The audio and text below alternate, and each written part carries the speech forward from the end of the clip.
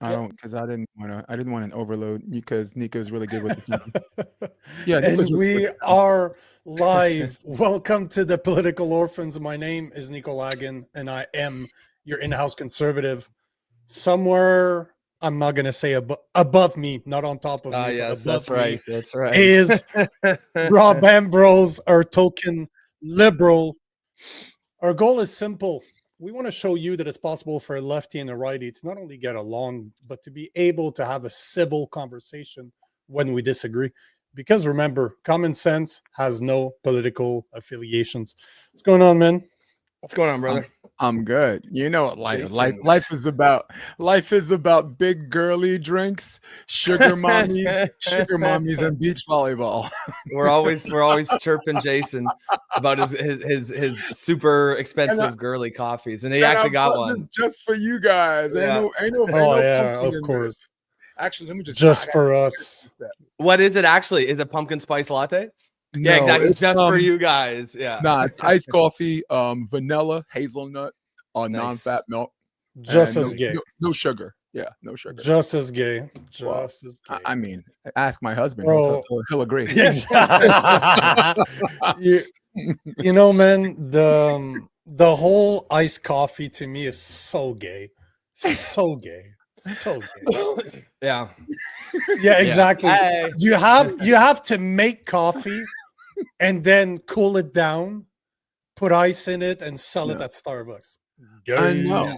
Yeah, that's like making sushi and wrapping rice around it, and and Yeah. a lot of gay foods, Nico. And that's coming from a Frenchie, bro. That's Yeah. coming Oh, from Yeah. a No Frenchie. kidding. Don't you forget it. How's So everybody doing?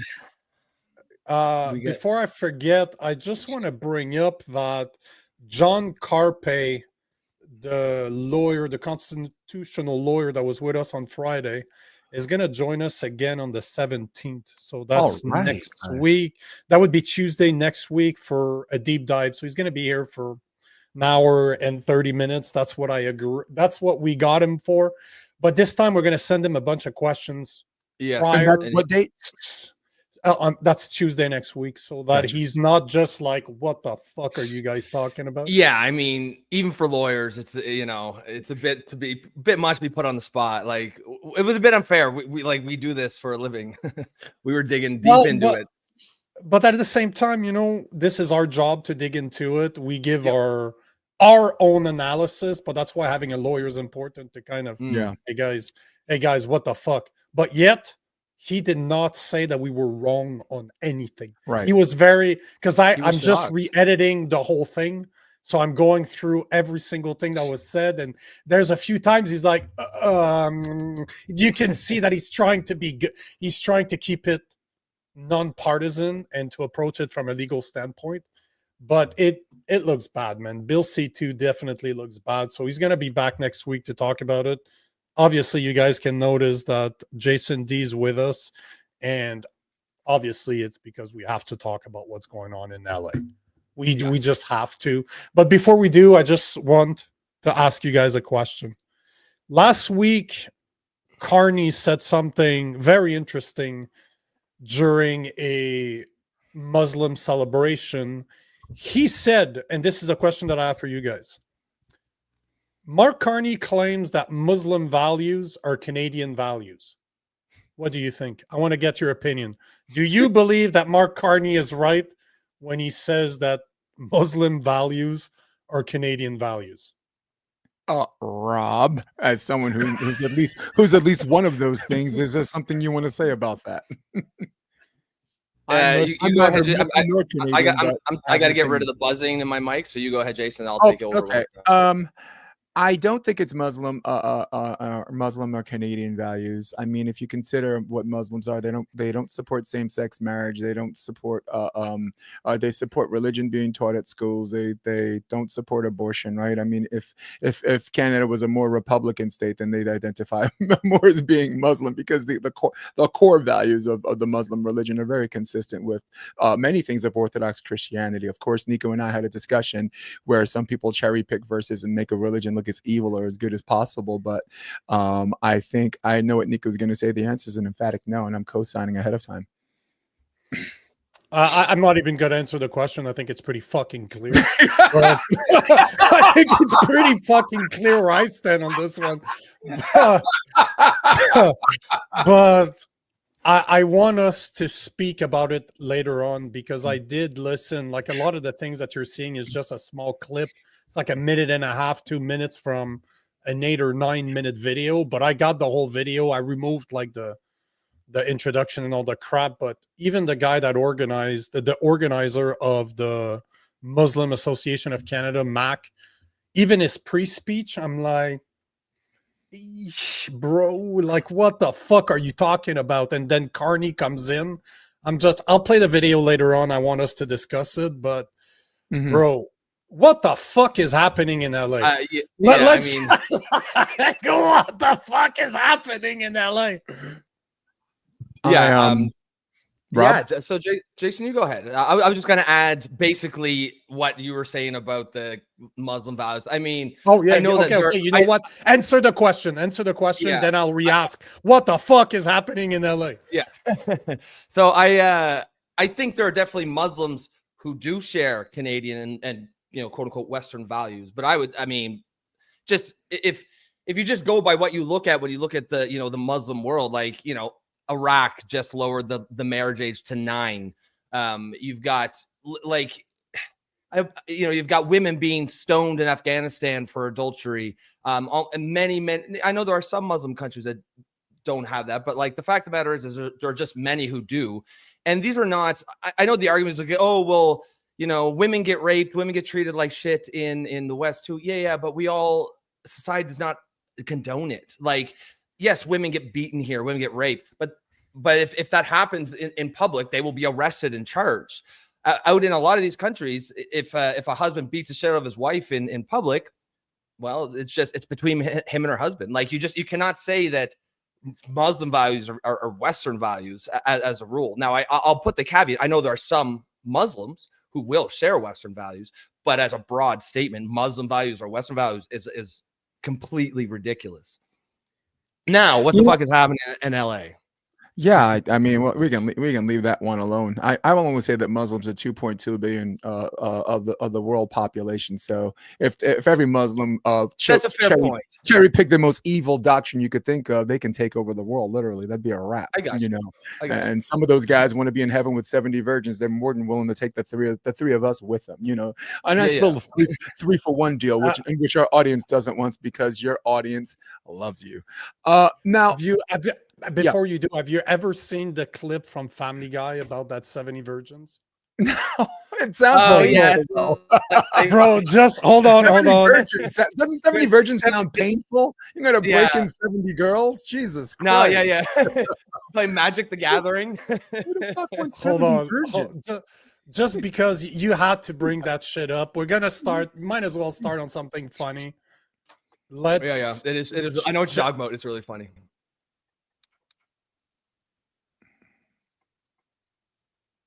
Osama. Oh no! We've been warned. Now see, that's an even more beautiful sight than 72 virgins waiting in heaven for a suicide bomber. Here I am. We're playing Magic the Gathering. Want to join? Osama!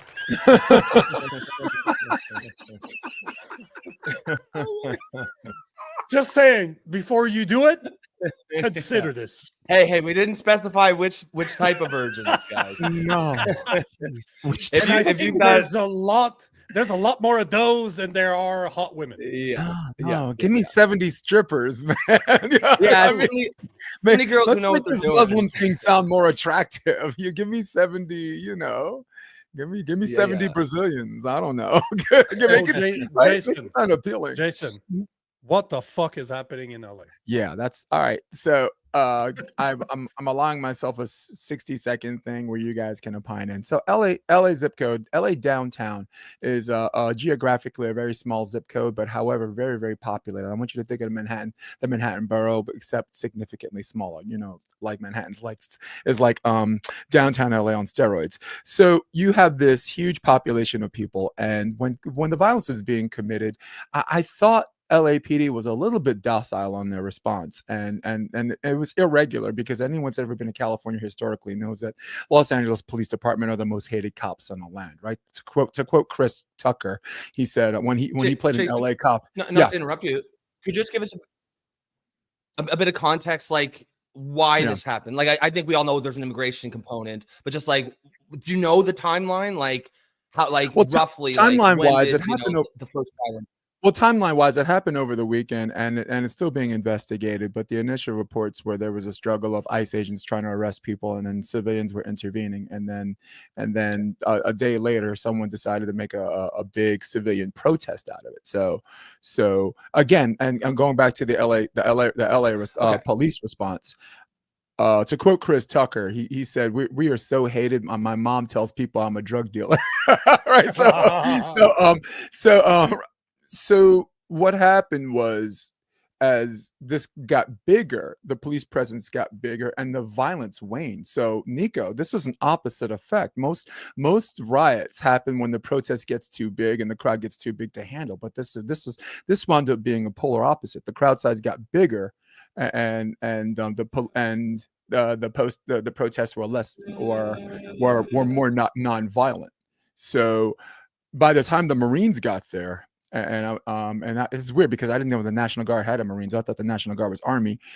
By the time the Marines got there, most of the action was already finished. But on a personal note, I'm very glad that they're there. I think their presence there the next couple of days just restores a little bit of order, right? You know, we don't want a police state in there, but I think professional wise, I believe the United States Marine Corps are just they're just there. They're just ready. And yeah, so the biggest crowd got less violent. The Marines came after, but the action, and sorry, excuse me, I just want to finish by saying that Gavin Newsom, I said before the podcast, Gavin Newsom's an idiot.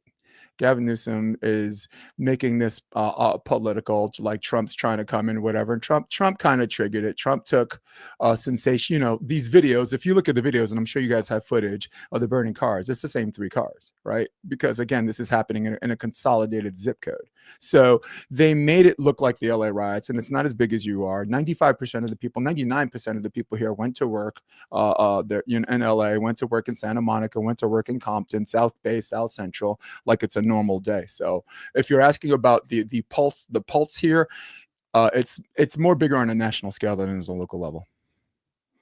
That's interesting because, you know, one of the things that I keep on hearing, and people are telling me that, complaining on some of the posts that I made, is that it's all Trump's fault. Like Trump this is the insanity, but I want you to tell me if I'm right or wrong here, or if they're right or wrong, because a lot of comments that I'm getting is that it was Trump that triggered it. Like everything was peaceful until Trump intervened. And I'm like, bro, like really? This has been going on for 5 fucking days. Right. Like, are you guys serious? So is it true? Like, did people just react to Trump? Because to what I understand is how you explained it, that people got, ICE was trying to do arrest of illegal immigrants, and people started fighting with ICE. Police showed up, and then now we're in a place where there were riots in the street. Now you have something like 4,000 troops between the National Guards and the Marines right now that are in LA. But as you'll see on the video that I found from Fox News, that they literally posted it not even 2 hours ago, it seemed to have died down. Like ever since, it really seems that since yesterday, since the troops showed up, it's like, woo, everything's down, like there's consequences to people's actions. But what do you say to people that are blaming Trump for this? This is totally not Trump's fault. And this is a guy who did not vote for Trump, never has voted for Trump, and never will vote for Trump. But I have to call balls and strikes when I see it. And with that being said, I believe that Trump saw the news, right?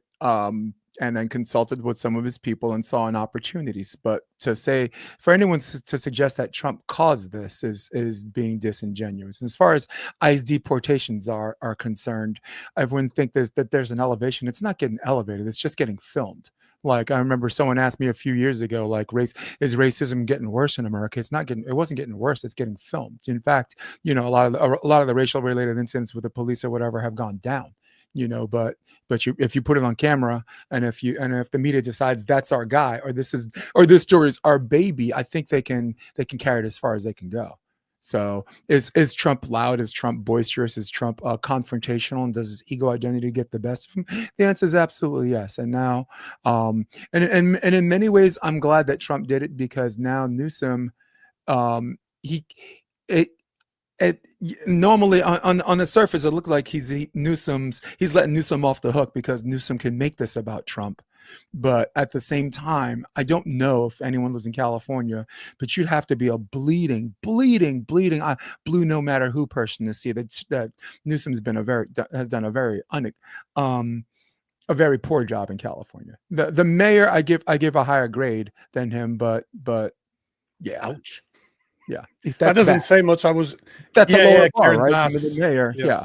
Actually, the mayor's response to this was great. Plastic, rubber bullets only. Let's take these incidents and whatever, and even journalists got shot. There was an Australian journalist that got shot by a rubber bullet, and she was out in the open, like a 30-foot, she had space. So whoever shot her on purpose. CNN just last night, their entire camera crew got hands behind their back, not zip line, but were told to put their hands behind their back as they were escorted off the premises. So order and almost a quasi martial law is taking precedence here. Do you agree with it? Do you agree? Because I just want to make sure I heard you properly, because you seem to condone it, but I just want to make sure I heard you. I don't want to put words in your mouth.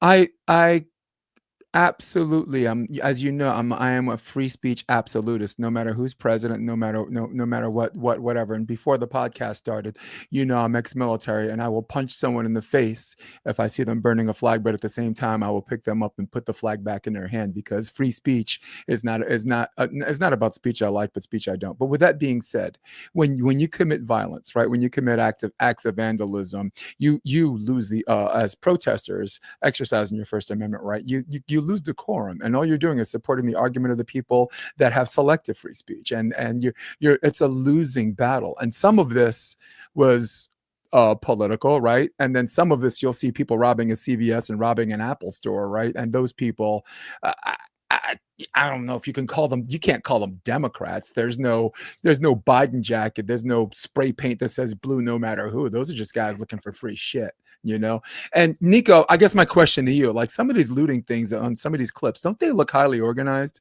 I mean, a CVS got closed down and everyone screamed, Apple Store's next, Apple Store's next. I'm like, wow. Man, if you go back to, that right now you can go online and buy protesters. That there's companies out there that specializes in bringing protesters to whatever your protest is. They will have the banners, they will have the signs, they'll have the people. They just need to show up.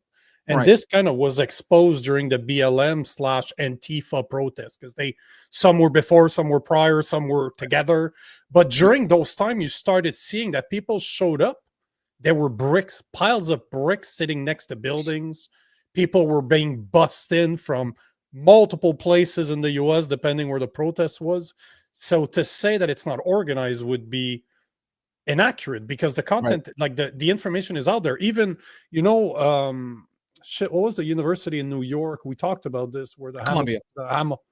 Columbia University, when the Hamilton Hall was taken over by the Free Palestine people, one of the women had been brought in by the organizers to show them how to organize, and you can see her in a bunch of different protests. I can't remember what her name is, but that's what she does. She is somebody that you hire to show you how to protest. So to say that she was white, they are. She wasn't even Palestinian. No. She's like the biggest Karen ever. You look at her, you're like, that's a Karen. Imagine a Karen. That's the Karen. For anyone in the comment section whose first name is Karen, we just like to apologize ahead of time, because we're going to use that more often than not. But Nico, I'd like to co-sign on what you said. Every time that there's a riot, or every time that there's something that's escalated, there's always a well-dressed white person that's involved. That makes me think this is a psyop. I bring your attention to the BLM riots, right? It was mostly on a national peaceful protest. But if you look at some of the regions that got taken over or got hijacked, some of them in LA, of course, were Black and Latino, because that's the population. Those are guys looking for free shit. Again, not wearing Democratic flags, not probably never voted in their life, never will, right? But then you look at Wisconsin, like, which was predominantly white. What happened with Kyle Rittenhouse, right?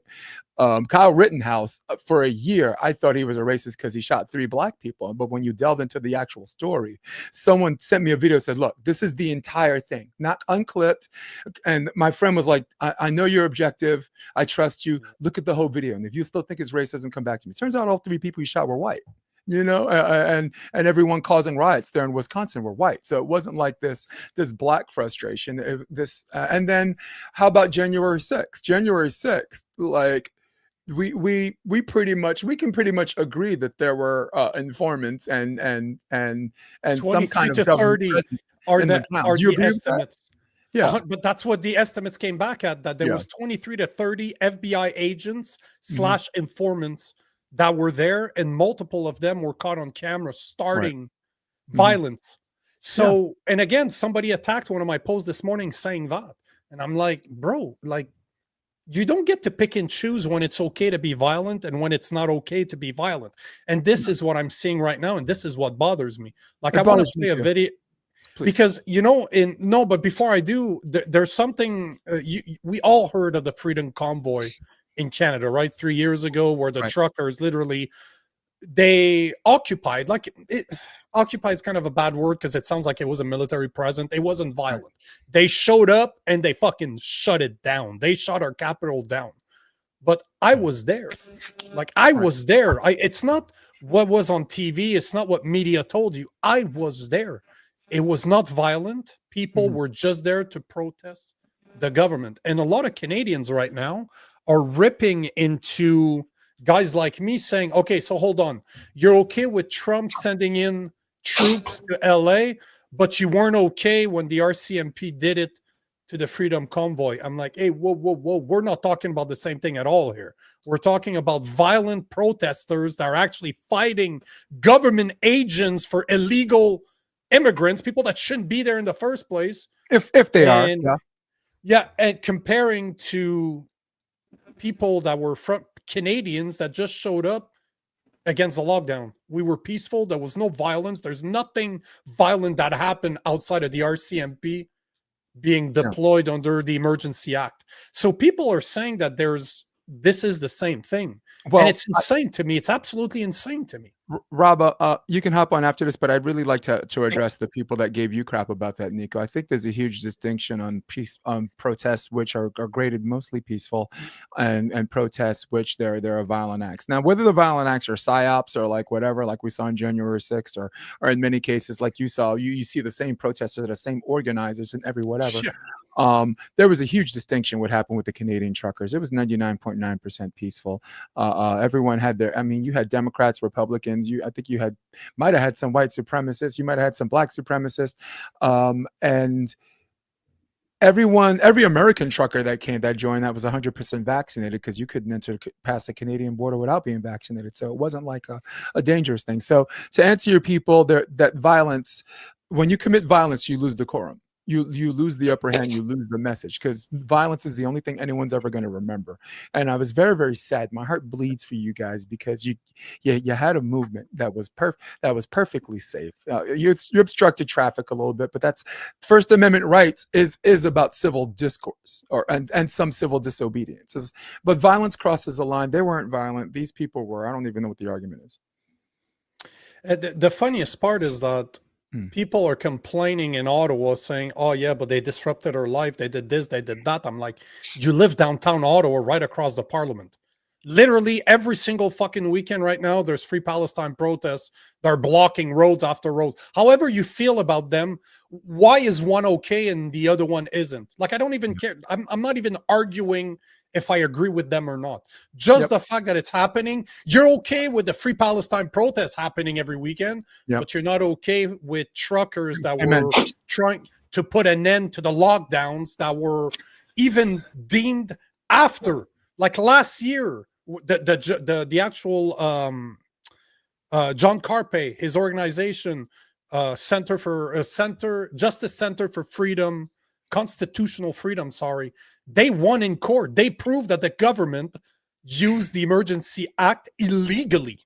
So what they did wasn't even right. It was illegal. Yet they're okay with the Free Palestine protests that are just showing up, being escorted by police, but they're not okay with people that were kicked out by the RCMP illegally, and more than 250 of them got their bank account frozen. Yeah, Rob. Like, it's completely, it's insane. I agree with you guys on Absolutely that. What insane. was happening in Canada with the Palestine protests and basically in the whole country, Canada was wild. And you know, I'm not having two different arguments with you guys anymore. I see that now. Yeah, You well, know, I think to you answer have your two different question, conversations, Rob. to answer your question, Nico. Hey, drop your volume just a bit. Goddamn, bro. Okay, yeah. You're very excited. It's been a while since you've had a black microphone in your face. Yeah, right in my face there. Is that better? Oh yeah. Go for it. Okay. To answer your question, it's because in a lot of liberals' minds, there's right ways to right things to protest and wrong things, and basically it's whatever they agree with. It's okay. It's why was the George Floyd protest allowed in the middle of lockdowns? Like, did all of a sudden it just didn't matter? And you actually, and then of course there's a whole left-wing ecosystem or infrastructure of experts and doctors. And remember, you had like psychology coming out and being like, well, actually, like health experts being like, racism is actually directly connected to virology. It's just like, you know what I mean? It's like, it's the insane monkey's defense. Yeah. It's just, you know, they have all these people come out of the woodwork to justify it. Well, it's different this time because you see, and it always boils down to because we agree with this and we don't agree with that. And that's really all it ever is. And you just, you know, you can't give people that any credibility when they speak like that. Right. You either are, for example, either the lockdowns were necessary because, you know, for whatever reason, like the social justice, let's say it was valid. Then there should be no valid riots. The fact that George Floyd died does not make it okay. All you're doing is making us feel like, okay, wait a minute, so the lockdowns aren't actually necessary. Because if you're telling us that, and that's even without saying whether the issue they're protesting is right or wrong. It's just, if you're going to allow it, then you're telling us on the other hand that the lockdowns are not actually that serious. Right. But of course they justify it in their mind because it's, and Rob, can you appreciate why people are leaving the Democratic Party? Right. Listen, during the George Floyd protest, right? The Democrats and the DNC could have easily said, we do not condone violence. Please don't be out there past night committing and burning people's homes, burning people's cars, assaulting people on the street. They could have easily said, that's not our movement and you're hurting our movement. Instead, they said, it's just property, you know, a human life loss. It's just a car. It's just a house. And that's when people weren't going to tolerate that, because when you destroy someone's personal business, that is their livelihood. They can't live. And then all of a sudden, they might have to commit crimes. And the Democrats didn't have to make excuses for it. They could have just told the Republicans, this got out of hand. We agree. We have a message, because there was a 1 month period where you had the right saying, now, no matter how you feel about the cop, but you had even people on the right saying, yo, that was a little hard in the paint, you know? And they lost the narrative, because now the Republicans get to lump in rioters who don't vote, rioters who weren't wearing Biden t-shirts, waving Biden flags. Nobody was spray painting vote blue no matter who, right? You didn't have to defend. When you defend them, now you're associated with them, and they lost. Yeah, and they're going to lose again.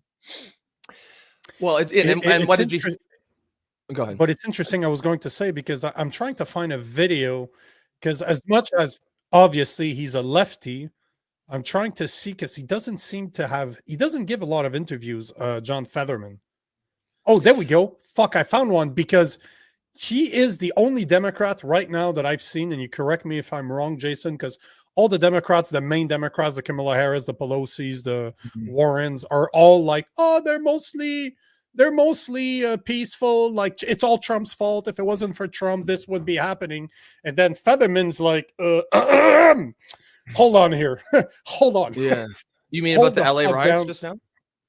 Yeah. So let me see, because I think I finally found one as you guys were talking.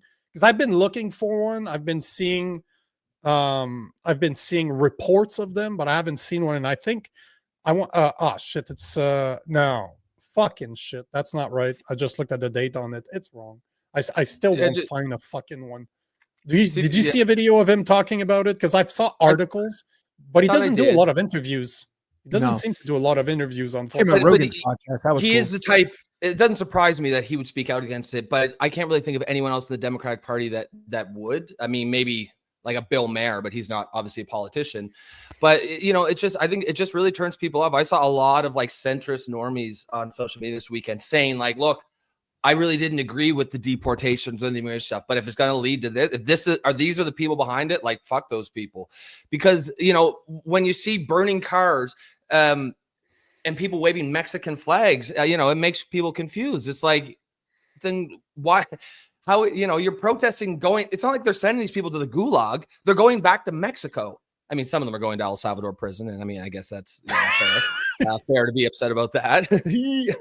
But people don't like to see destruction of property, as you said. It's it's the livelihoods. It is not just And remember the messaging around the George Floyd thing. You heard it was like, what did you hear? It was rioting is the voice of the powerless, or the voice of the unheard, or whatever. However they said it, it was clear that they condoned it, right? And you just can't square that with how they spoke about the J6 people.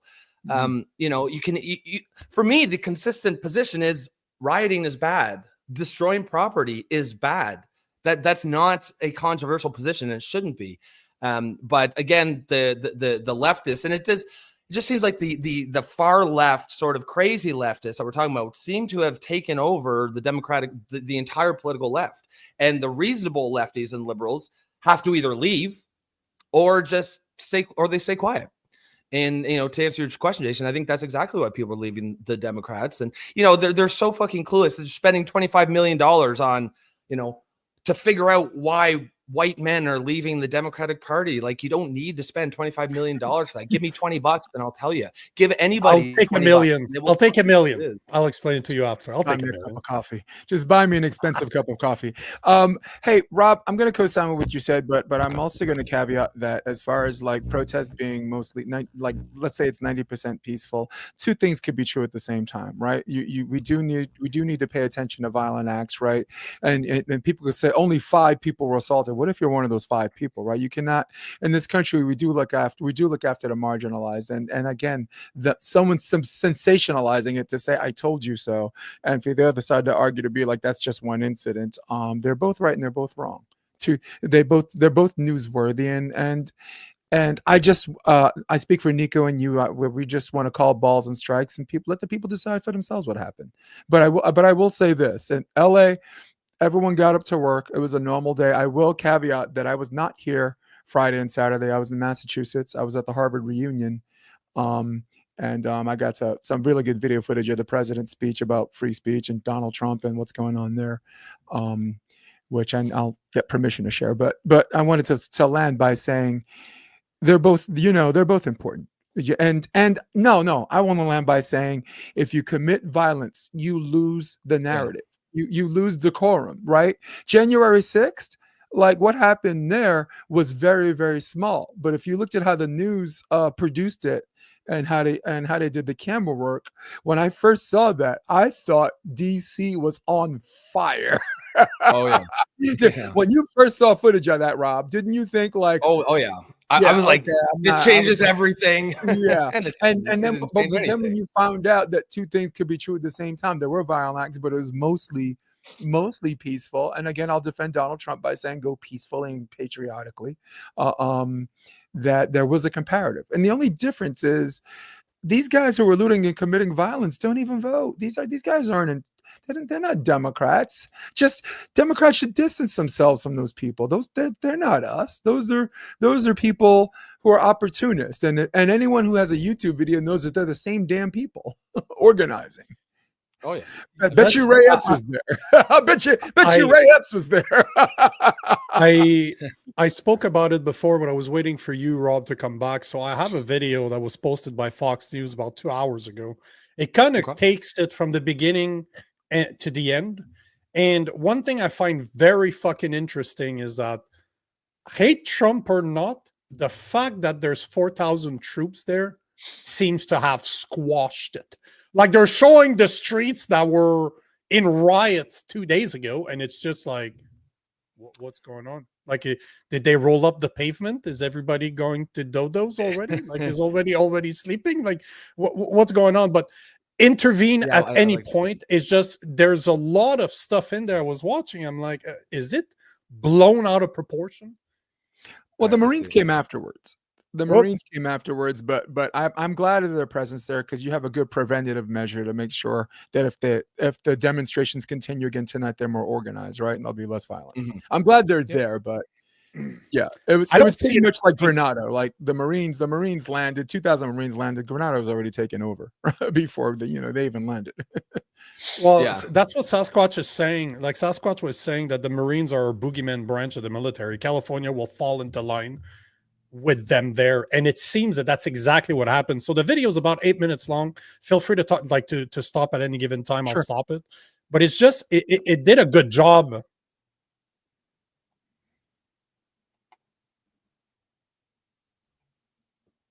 So about 4,000 people, 4,000 troop right now ish. Right. That's more than the number of protesters.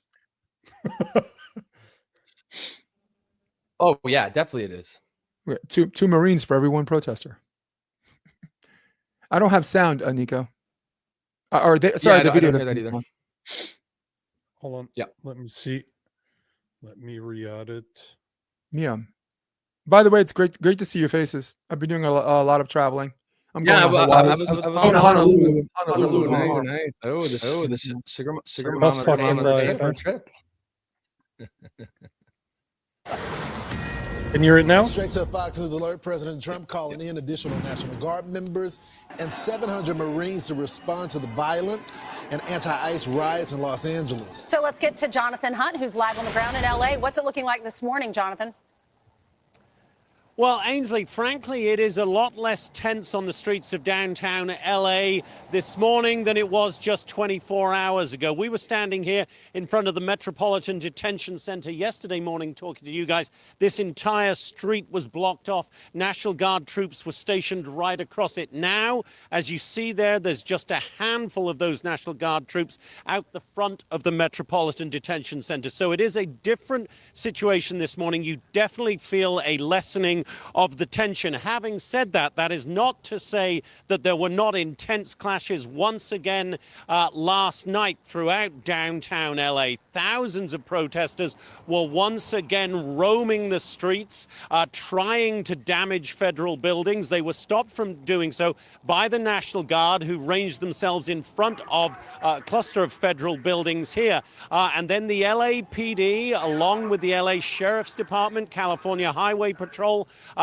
ran a pretty efficient operation, separating those groups from each other, getting them into smaller and smaller groups, effectuating arrests and using tear gas, using flashbang grenades, and in some cases rubber bullets to maintain control. Meantime, U.S. Marines are on the way here. They left their base at 29 Palms yesterday. That's in the Palm Springs area east of Los Angeles. We understood that they staged overnight at Naval Station Seal Beach, but they should be on the streets of LA later today. That prompted this ex-post from Governor Gavin Newsom, who said, quote, "The Secretary of Defense is illegally deploying them onto American streets so Trump can have a talking point at his parade this weekend. It's a blatant abuse of power. We will sue to stop this." But given what we saw on Sunday, the very intense clashes, and the slightly less so on Monday, there is an argument that President Trump can make that the deployment of federal resources is working. In the meantime, the search for those engaged in violent acts on the streets of LA goes on. This man has been a particular target. He was seen on video throwing rocks at law enforcement officers. Well, the Attorney General Pam Bondi announced on Hannity last night that they know who he is. Listen here to the Attorney General. That guy has just been identified, and they are doing a search warrant on his house as we speak. So you can run, you can't hide. We are coming after you federally. If you assault a police officer, if you rob a store, if you loot, if you spit on a police officer, we're coming after you. Good. You know, I'm just gonna pause it there. I really dislike that woman, but god damn, like on that. Okay, you can't hide. We're gonna find you. Okay. Yeah. Next question, please. Like that woman ain't fucking around, right? I feel like Donald Trump has put the waste a lot of left-wing narrative, right? Like they talk about how nothing we can do about the border. We can't fix the border. Trump comes in and fentanyl and rates will fucking plummet through the floor. Clearly, you could do something about immigration. And like here, they'll always say, bringing in federal troops never solve anything, and then it shuts everything down in a day. So we have a double volume. Are you able to hear? Yeah, we have an overlap where we're hearing it twice. Oh shit. Yeah, Robbie is echoing badly. I'll continue with the video if you want to fix your mic. Let me figure it out. That man's name is Elpidio Reina. Authorities say they will find him and anyone else who engages in violence. Back to you guys. All right, Jonathan. It's calm right now. Thank you, Jonathan Hunt, on the scene. It's calm right now. But it's literally, it should be calm right now. It's at 5 in the morning. But I really worried that they're organizing tonight to take on the 700 Marines, the 2,000 National Guard. 4,000 now. Right, who decides to show up for the LAPD, because what they're doing now is defiling federal property, but they're also shutting down traffic and commerce in this area. At one point, the local officials have to take a stand. They just sit there in their bunker, put on a windbreaker and do a press conference, and they let President Trump basically is forced to take control of this unrest. Lawrence, this guy that's on the side of the road pelting cop cars with cement, with cinder blocks, they should make him pay for it. That's exactly Anyone right. who does this vandalism and looting. He's got no money. Because he's throwing the money. He's throwing the he got Take no it out of money. his paycheck. He should have to pay for those cars to get fixed, not the taxpayers. All these people claim, a lot of them, that they came to this country for a better life. Meanwhile, they're assaulting our cops, putting their old country's flag. That guy, like that black guy that's on that show, I don't know him, but he's unhinged. Like that dude is like fucking out there. So hold on. I'm not saying I agree with everything they say. I just thought they did a good job with kind of the showing that them showing up, the Marines showing up, or just people hearing that the Marines are showing up. They're like, okay. So we'll see tonight, right? But that black dude, I don't know what his name is, but he's too much even for Fox. He's also this guy, I'm sure, lives in the United States, is just asshole, is in jail. We'll see. They didn't say, but obviously it's Fox News. If but if he wasn't illegal, you know that it would have been plastered all over the place, right? We know that. This country for a better life. You find his home address, have a search warrant for him, suggest that he's in the United States. Yeah. So I got double volume, Nico. They hear my voice. I have accent, but I think it's connected to the video. Let's watch the rest. Shut up. Meanwhile, they're assaulting our cops, putting their old country's flag up, and causing total mayhem in a once great city. But the leaders aren't doing anything. This is what they're saying. These are not the people that we were told were going to be detained. And it makes me feel like our city is actually a test case for what happens when the federal government moves in and takes the authority away from the state or away from local government. I don't think that our city should be used for an experiment to see what happens in the nation's second largest city. Well, maybe we can do this to other cities. Excuse me, that's not. What do you think about her comment right there? Because that is definitely something I wanted you to address. So basically, the mayor of LA is saying that basically Trump is doing something illegal by taking the power away from the city or the state and enforcing federal. It's almost like they're taking away our jobs to do it. We should be able to self-police. What do you think about that? I think it's.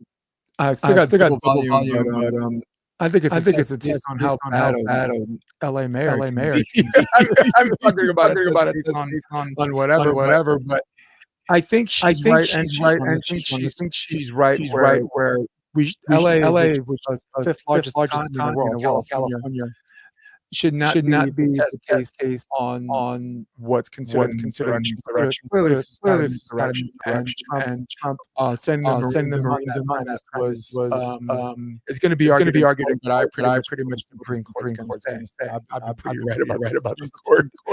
Pam Bondi, I agree with you, because I sometimes I listen to that woman. I'm like, someone please put something in her mouth. My zipper's stuck, right? That's how I feel about Pam Bondi 9 out of 10 times. But this time, she sounded commanding. She sounded whatever. And lastly, Nico, I'd like to commend the LA Chief of Police, Jim McDonnell, for knowing that the Marines were coming, knowing that the National Guards are coming, knowing that the Highway Patrol and State Troopers were coming, and saying, you know what, since they're coming, let's not argue and fight over some jurisdictional nonsense. Since Trump sent us here, and since you're just following orders, how can we work together and make this happen? And I want to commend all of the branches of justice and legal representation that for cooperating together. Right? Nobody right now, it doesn't look like any infighting. Right? It doesn't look like saying you guys can't come here. They're like, you know what? Trump's an idiot. Newsom's an idiot. We're stuck here. Let's make sure we do our job. I agree with you 100%. It just blows my mind that you got people like Gavin Newsom, you got people like Bass, they're blaming Trump for doing what they should have done in the first place. Yeah. Like they should have squashed that from the get-go. As soon as they started burning cars, we're done. That's it. As soon as you start attacking, I say, if you don't want Trump to take over, do your fucking job. Because he's just waiting for that. Let's not lie to each other. Trump he's on his phone. He's like, oh, time for me to go. Yeah, looks like just waiting. Like a job for. Oh, fuck. He is just waiting. Looks like a job for Trump. Sorry. Maybe there should be a Trump signal. He's looking for the Trump signal outside. Like the Batman. That's what I'm saying. The Trump signal. It's just like his profile picture, with the double chin, where he looks like an evil villain. But I gotta look that up. The Batman signal. But I agree with you in the sense that the media did a good job making this look like really, really huge. Now, it was big, but it wasn't that big. And I thought Trump might have made a mistake, because now, instead of Newsom looking incredibly bad and the mayor looking incredibly bad, Trump's involvement allowed the Democrats to take all of this and make it about him. So Trump, what he's done unwittingly or not, was put himself in a position where they made it about him. And Nico, that's what we're going to experience the next 4 years. Just 4 years of whining and bitching and complaining about what this guy's doing wrong. Some of it is wrong and some of it isn't. And this is why they're going to lose again. The smart party are a bunch of fucking losers. Yeah. And I'm sad, because I have democratic values. I don't, and who's going to run? Newsom? Do you think this is going to help his whatever? Only the bleeding heart Democrats think that this, him and Trump is going to help him in 2020. And this is what I found is interesting. This is just a quote from Fetterman saying that Senator John Fetterman says the Democrats have lost the moral high ground because they refuse to condemn the LA riots. This is anarchy and true chaos. My party loses the moral high ground when they refuse to condemn setting cars on fire, destroying buildings, and assaulting law enforcement. And you know what? There it is. Look. Yeah, 100%. That's the Batman sign. Imagine one for Trump. But Fetterman is bang on. Fetterman, once again, he seems to be, as much as I disagree with him with a lot of things that he says, he seems to be the only Democratic common sense not candidate. Like, I don't even understand how he's not running to represent the Democrat Party. Like, he's the only guy that they have that's elected right now that could potentially bring a bit more common sense. Because again, as much as I don't like him, I can't argue with that. He's the only one talking like that. The Kamala Harris are saying that they were mostly peaceful protests. Same thing for the Warren. Same thing for what's her name? Pelosi. Like Right. all the left is like, oh, there's no problem there. It's Trump that's causing the issue. And then you have Bass and then you have Gavin Newsom that are ripping into Trump for saying that what he did is illegal. Yet, I don't know if you remember this, but I found that this morning, which I found that very fucking interesting. And hopefully it doesn't cause you because I think the double, like the echo stopped for some reason when I'm sharing my screen. I'll seems just to be shut up impacting and you, listen. I can use that time to just not but- talk. Listen.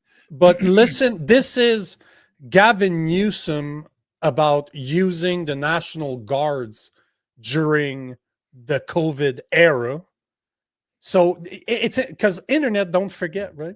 I think politicians forget that the internet don't forget. But listen to what Gavin Newsom said a few years back when he wanted to squash the lockdown protests. Can you hear this? Oh no, your audience can't either.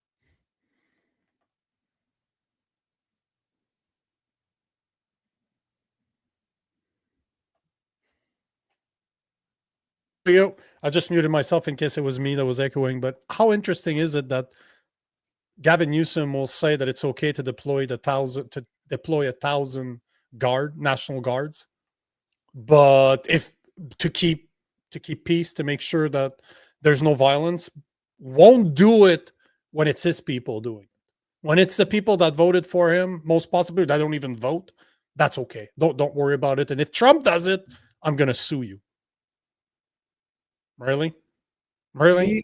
Yeah, look, he's inconsistent. He's got a spine that bends both ways, right? His spinal cord is not one-dimensional. It's very, very flexible. I mean, he's the one that said lockdowns didn't work, and now in his podcast he's like, maybe it did, and then tomorrow it didn't again, right? He's very, very equivalent to Chris Cuomo, who trashed ivermectin and told people you're not a horse, and is now on ivermectin to treat his viral and replication in vitro. So a very, very typical him. Again, he's the Democratic Mitch McConnell, another weasel.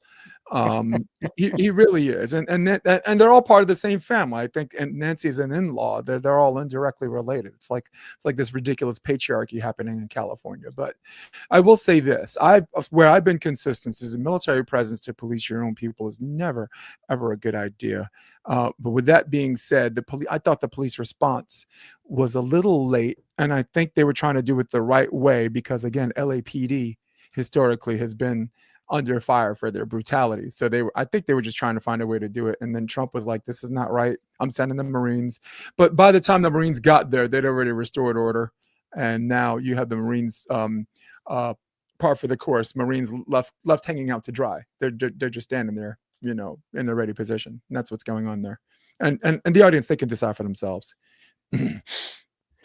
It seems that the video wasn't working for people. It's just 50 seconds long, so I'll replay it because it's worth listening to what he has to say. But guys in the audience, let me know if this works.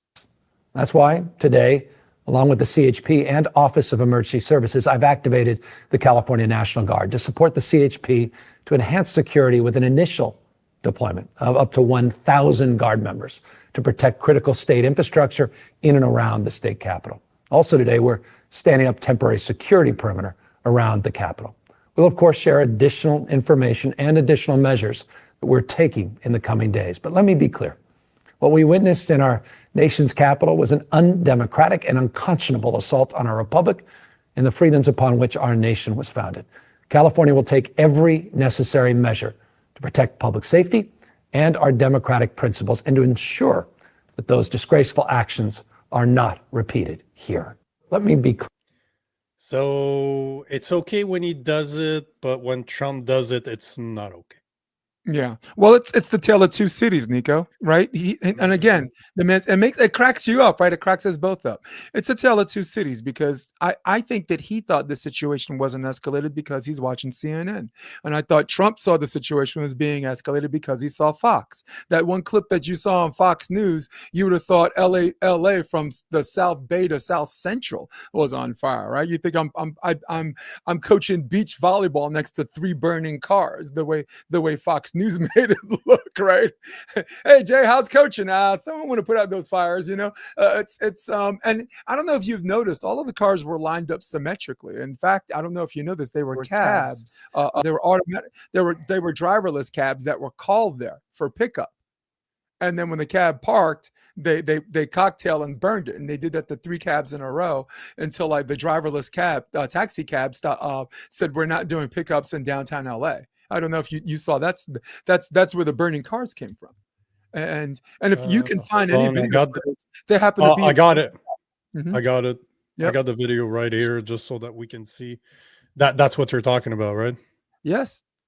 Look, take a look at it. They're all lined up in a row. Like, I mean, this isn't some random acts of violence. This is organized. All lined up symmetrically. Man, you can't even get 3 New Yorkers to park their car like that. But again, this is the part that always blows my mind, is that the Democrats, the liberals in Canada are very fast to dismiss those type of actions. Like, it's just, you know what? It's mostly violent. It's mostly non-violent. It's mostly peaceful. The thing is, and exactly as you said, they never acknowledge the fact that it is organized. Like, how the fuck did that happen if it just people just showed up? Like, just, you know what? Oh, we're here to protest. No. Like, it's always the same people that seem to be showing up every single time. Yeah. They're always looking for a new cause to fight. They need something.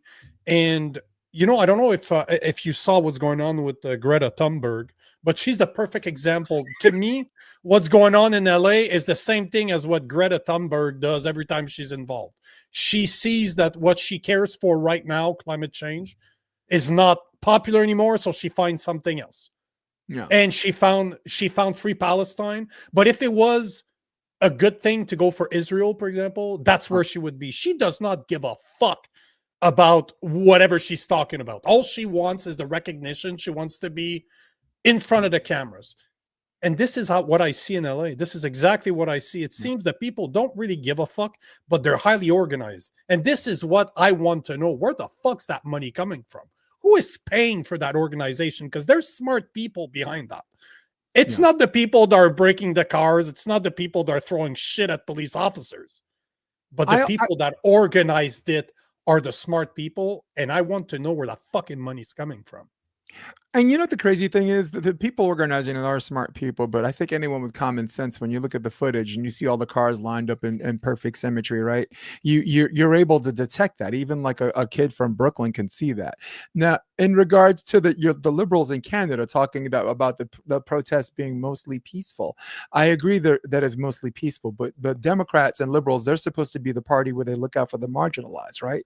What about the people that are victims of violence? What about the people who worked their whole life and built the store with their bare hands, who now lost out because people like you are saying it's just property, right? Their lives are lost. They're technically not alive because they have nothing else to live for, right?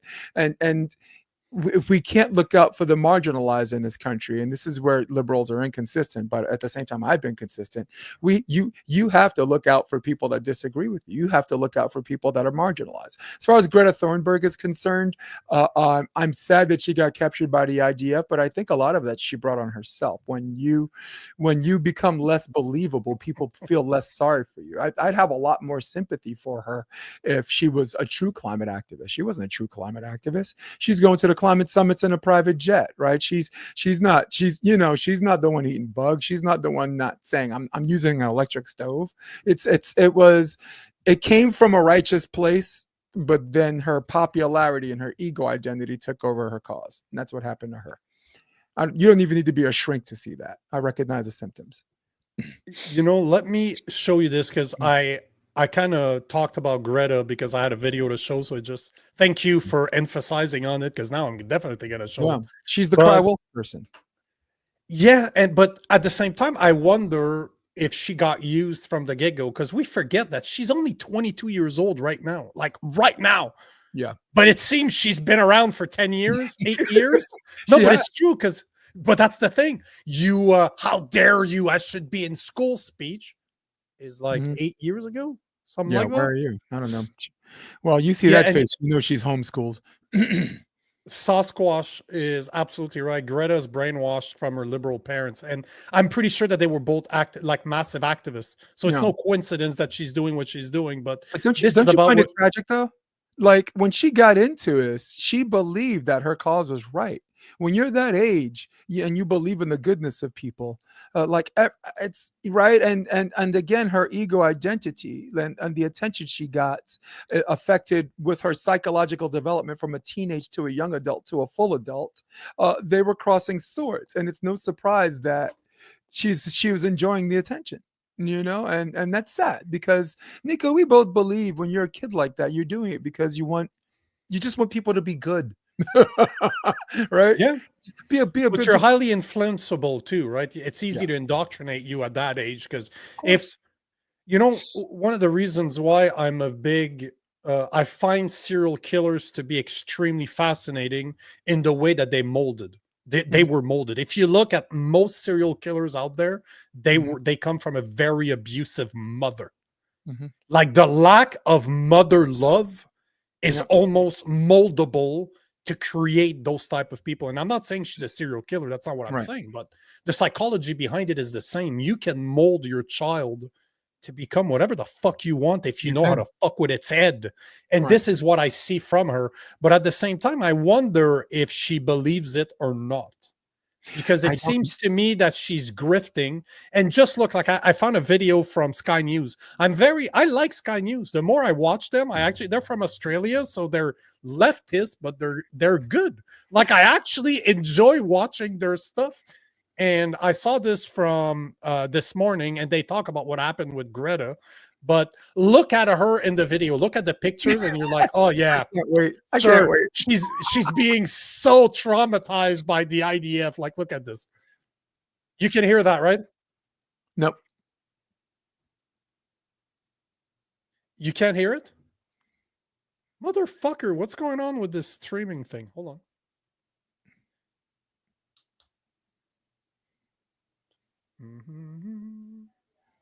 Boom, boom, boom. Okay, listen to this. Israel has deported the pro-Palestinian activist Greta Thunberg after she and several others on board a humanitarian aid ship destined for Gaza were intercepted at sea. Israel's foreign ministry says the Swedish campaigner is now on a plane to Sweden via France. Our Middle East correspondent Alistair Bunkle has the latest from Jerusalem. Greta Thunberg and some of the other activists put on a flight to Paris. I think it's just taken off. It looks like it's an El Al flight with the Israeli national carrier from Tel Aviv's Ben Gurion Airport to Paris Charles de Gaulle, where she'll probably then travel back to Sweden from there. So the Madeleine, the yacht that she was on with 11 other activists, tried to break the Gaza blockade, intercepted by the Israeli military around 3 a.m. yesterday morning. Then there was a period of real... Those are people who are being abused. Like they've been arrested and abused, right? I saw a video of them getting sandwiches from the IDF, like they're feeding them to make sure. But again, this is just listen to the Sky News guy. He is just like, nobody gives a fuck about you, you stupid idiot. Just go back home already. Quiet as they were towed to the port in Ashdod. They arrived there sort of late yesterday evening, and this deportation's happened pretty swiftly. Not everyone, I understand, is going immediately. There were 6 French nationals on the yacht, of which 5, we understand, are actually challenging that deportation, and will have to go through court hearings in Israel before. So they don't want, the French people don't want to be deported back to France.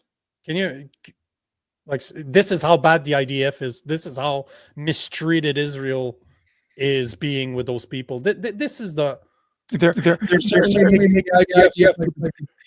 Sorry. No, but you're absolutely right. They're making the IDF look very good.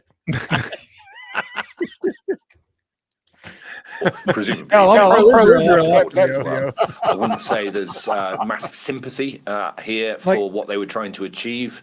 Like, listen to what he says there. I wouldn't say there's massive sympathies for this, but hey. As well, I wouldn't say there's massive sympathy here for what they were trying to achieve. I think, in the global opinion, I mean, if we can generalize it, is probably split. Some saying that, like Israel, this was more of a publicity stunt. It didn't achieve anything ultimately, and if anything, it distracted from the reality of what's going on day to day in Gaza. Others will say that the likes of Greta Thunberg in particular, given her global profile, can only help keep the situation in Gaza on a global agenda. And yeah, they didn't make it through the blockade, but they challenged the Israelis and they highlighted the humanitarian crisis in Gaza. So, I say internationally, if I can judge it, split opinion.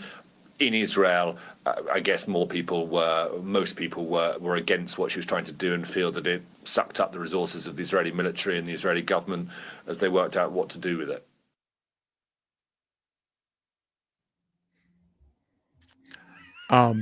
May I?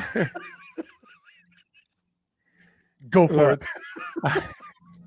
Greta Thunberg, for anyone that had a narrative against the IDF and the way and Israel's disproportionate response to Gaza, has made these people go from sinners to saints in a 24-hour period of capture, arrest, and deportation. Greta Thunberg, you did it. And the IDF, of course, they gave her the royal treatment, because the last thing you need to do is shoot a Swedish girl in the head and make the rest of the world abandon you. Right now, on an international scale, Israel no longer holds the narrative, right?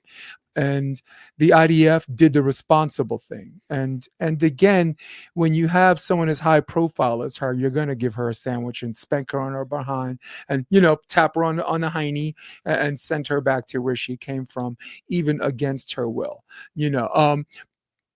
and just so everybody knows where I stand on this whole thing, the Israel and Gaza, I say three things. One, I believe Judaism is a religion. I believe Israel's a state, and I believe Netanyahu is committing a genocide. That is my stance, my as neutral as I can be. But this whole thing that you're just trying to bring a bunch of hungry kids food. Did you see the size of that boat? That's barely enough to feed themselves.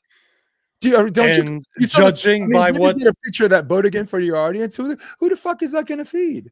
That's not even like look. I lived in Harlem. That's not even enough to have a barbecue. A block party. That doesn't even feed a block party, dude. You ever been to a block party, Nico?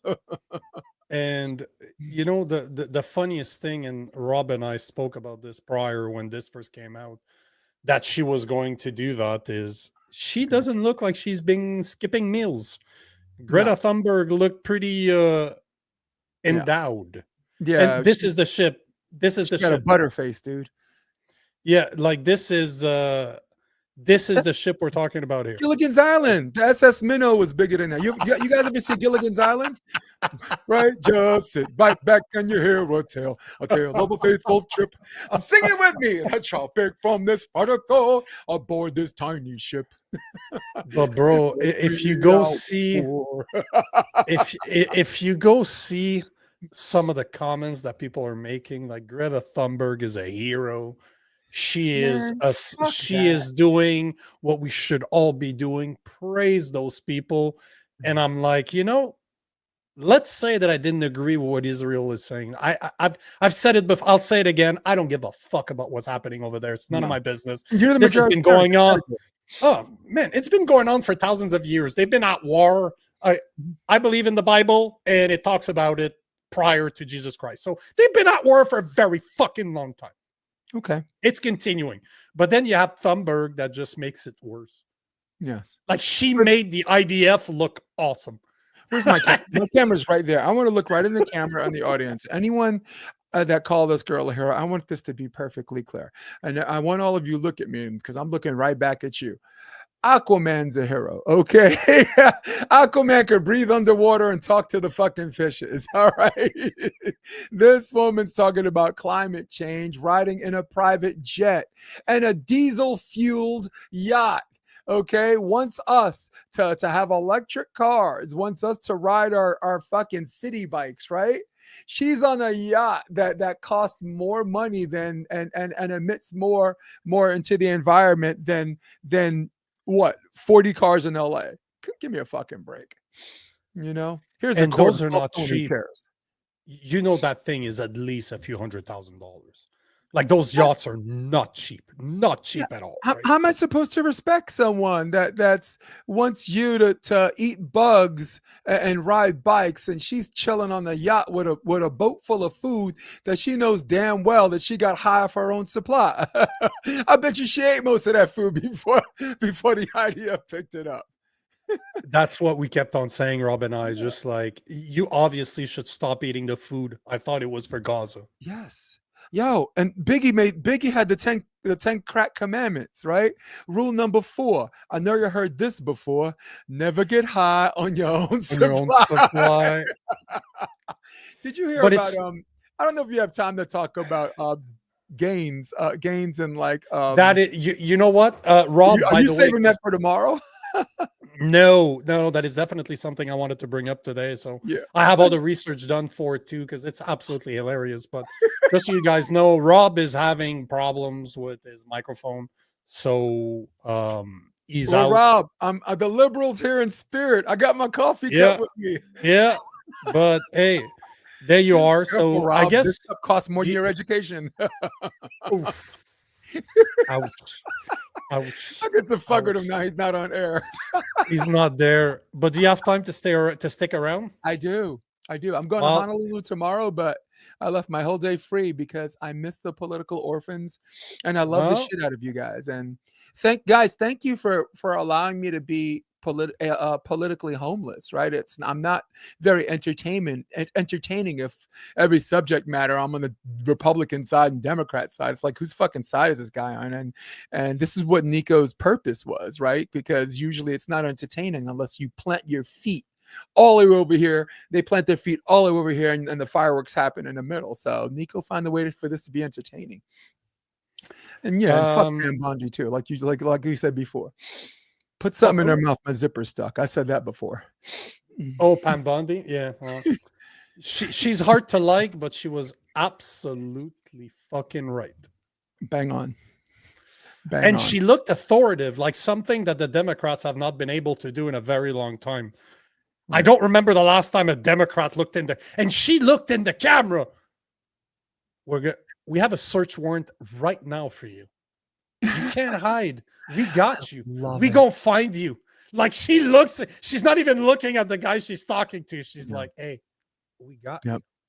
I don't know if you had any footage of people robbing an Apple store and a CVS.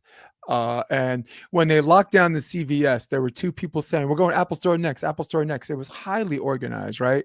A lot of the kids under the mask identified as African-American, Latino. Most of them were thin, tall, right? And it was either some kind of organized gang activity or made for us to believe that, one or the other.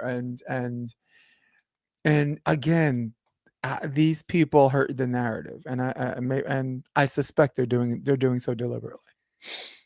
It's very hard for me to believe that this is not organized, just the way it is. Like, there's no way. I don't believe that the people that are protesting are smart enough to organize it. No. They're not. They just are not. Unless they've got so used to getting away with it that they think there will be no consequences. Right. Because that's one of the thing, right? Because the Democrats wouldn't have done anything. Clearly, they didn't do anything during the BLM protests when they got out of hand. They didn't do anything during the Antifa protests when they got out of hand. Remember when they took over? I think it was Minneapolis when they took over a fucking city block, as in they closed it off. Right. And the first thing they did is put up a wall. By the way, I thought that was fucking hilarious because they were talking shit against Trump. Walls don't work. You just put a wall. But it's interesting how I think that might be it. I think that might be one of the consequences that we're seeing is that they're so used to getting away with it that now not even the activists / protesters / the people that are doing all the damage, but the guys like Gavin Newsom, the people like Bass, the mayor of LA, is also not expecting retaliation, and now they're victims, right? They're used to be the one doing whatever the fuck they want, and they will be very lenient on those protesters. But now that somebody else is saying, hey, guys, enough. Like there's a parent in the room, and fuck, it says a lot if it has to be Trump. But there's a parent in the room that's just like, enough. Enough. You don't want to do something? Fuck off. I'll do it. Thank you.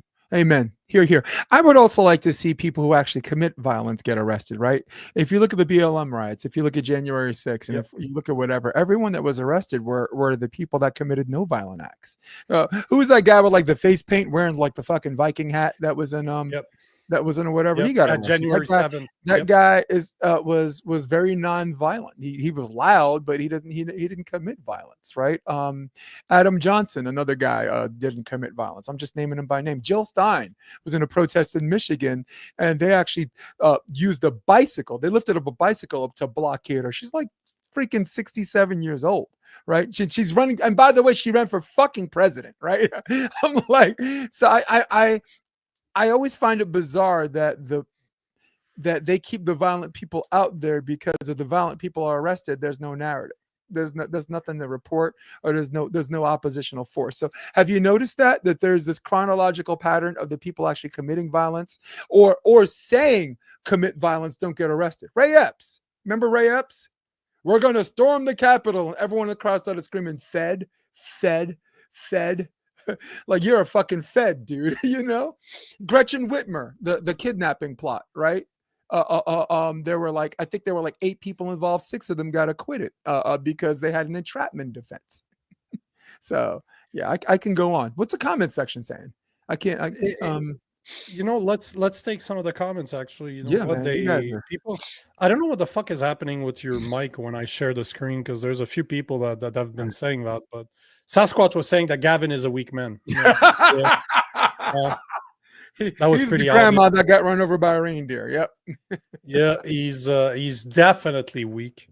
They were expecting Kamala Harris to be in office and not have to rebuttal with this planned tactic riot. And you know what? That's what I'm saying. I think they're so used to not getting any consequences for them rioting that they're just like, they're like children. This is how I see the Democrats, like the Democrat voters now, like especially the young ones. I'm like, you guys did not get any type of spankings. Your parents did not do any type of, what's the word I should use here? Discipline. Let's call it discipline. Yes. You parents did not discipline you.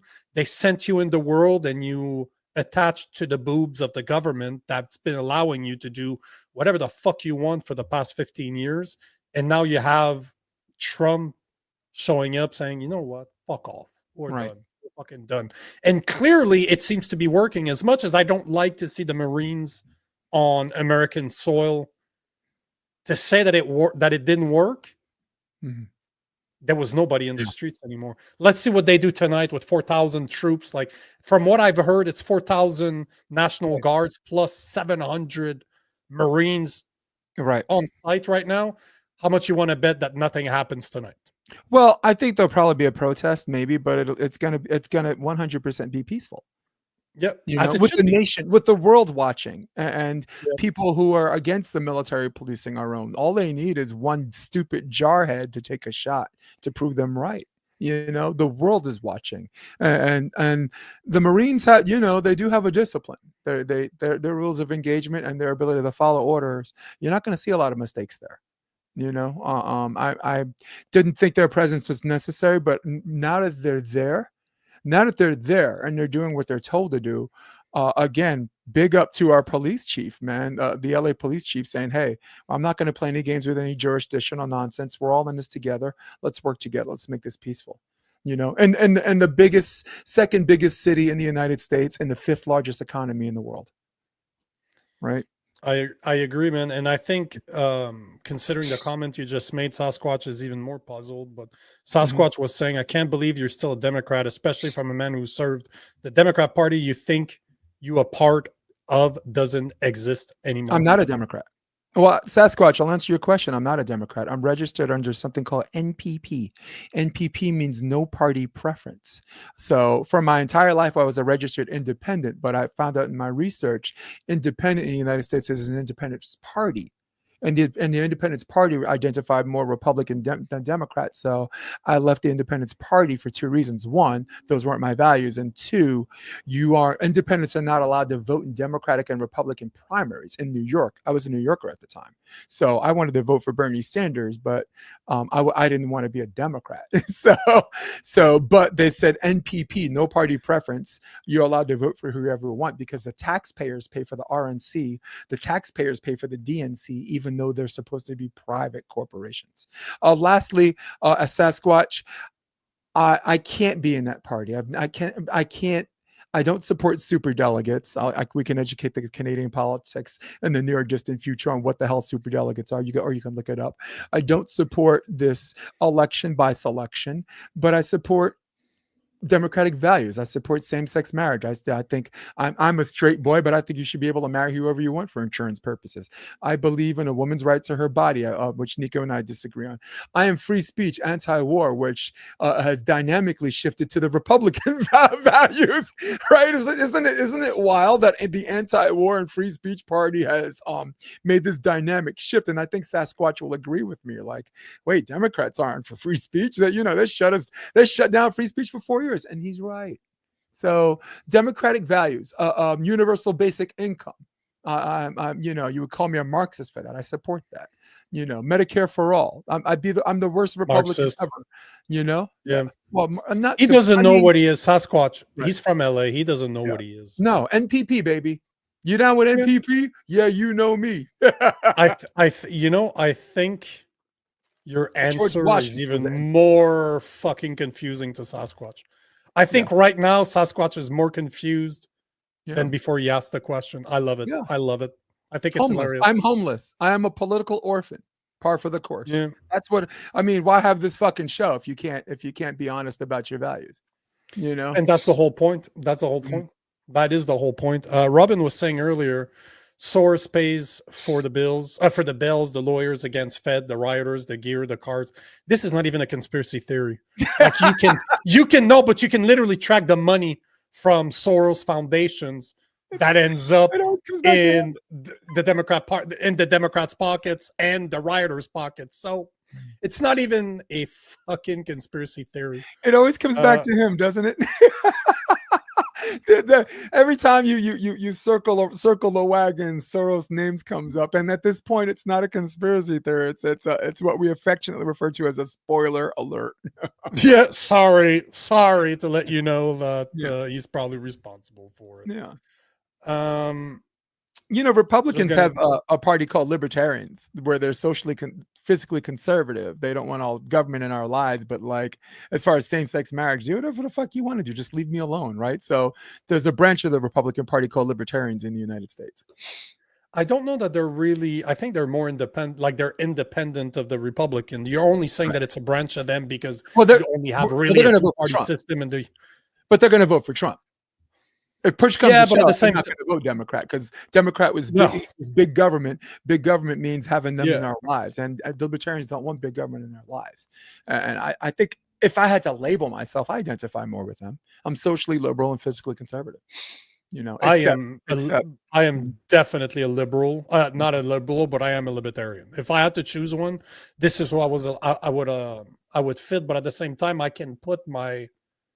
I don't push my Christian values on others. As much as I disagree with a lot of what the libertarians stand for, I want them to be able to stand for whatever the fuck they want.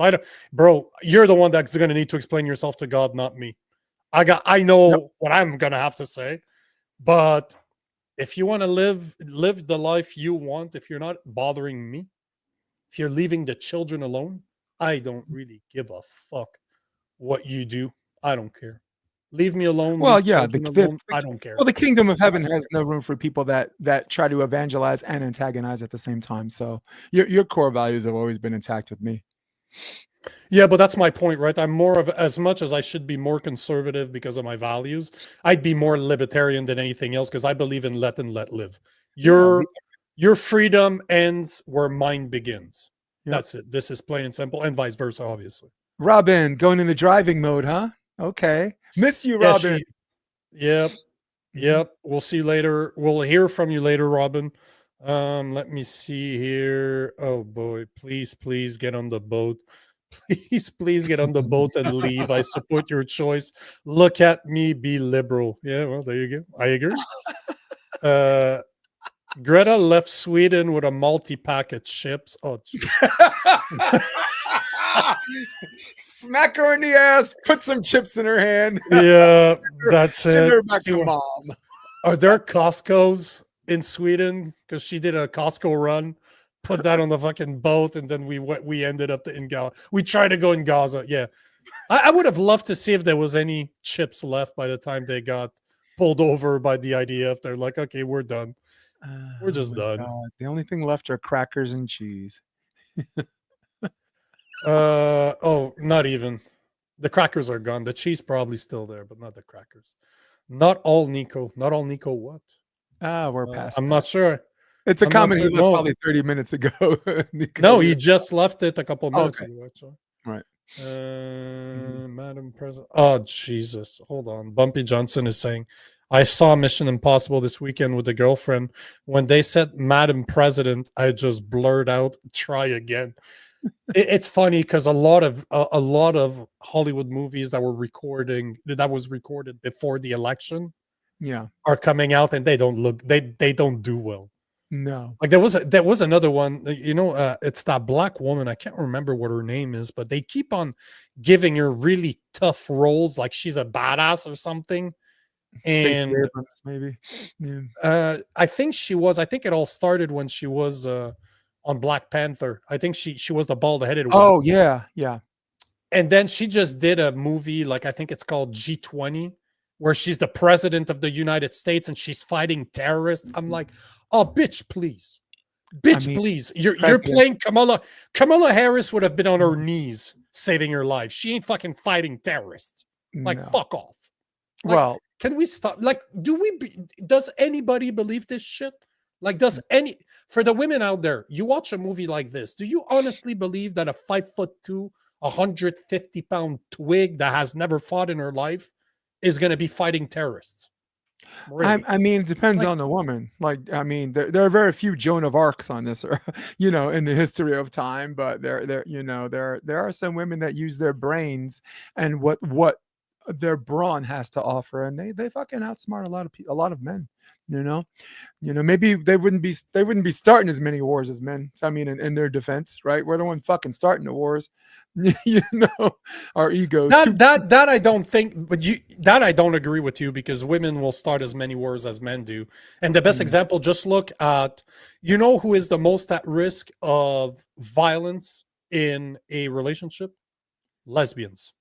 They're at like 60% of lesbians, give or take. It's something between 45 to 60% of lesbians have been impacted by marital violence, by their significant others being either physically abusive or verbally abusive, which is almost 3 times as much as heterosexual couples. Right. And even gay men are about as low as it gets when it comes to violence.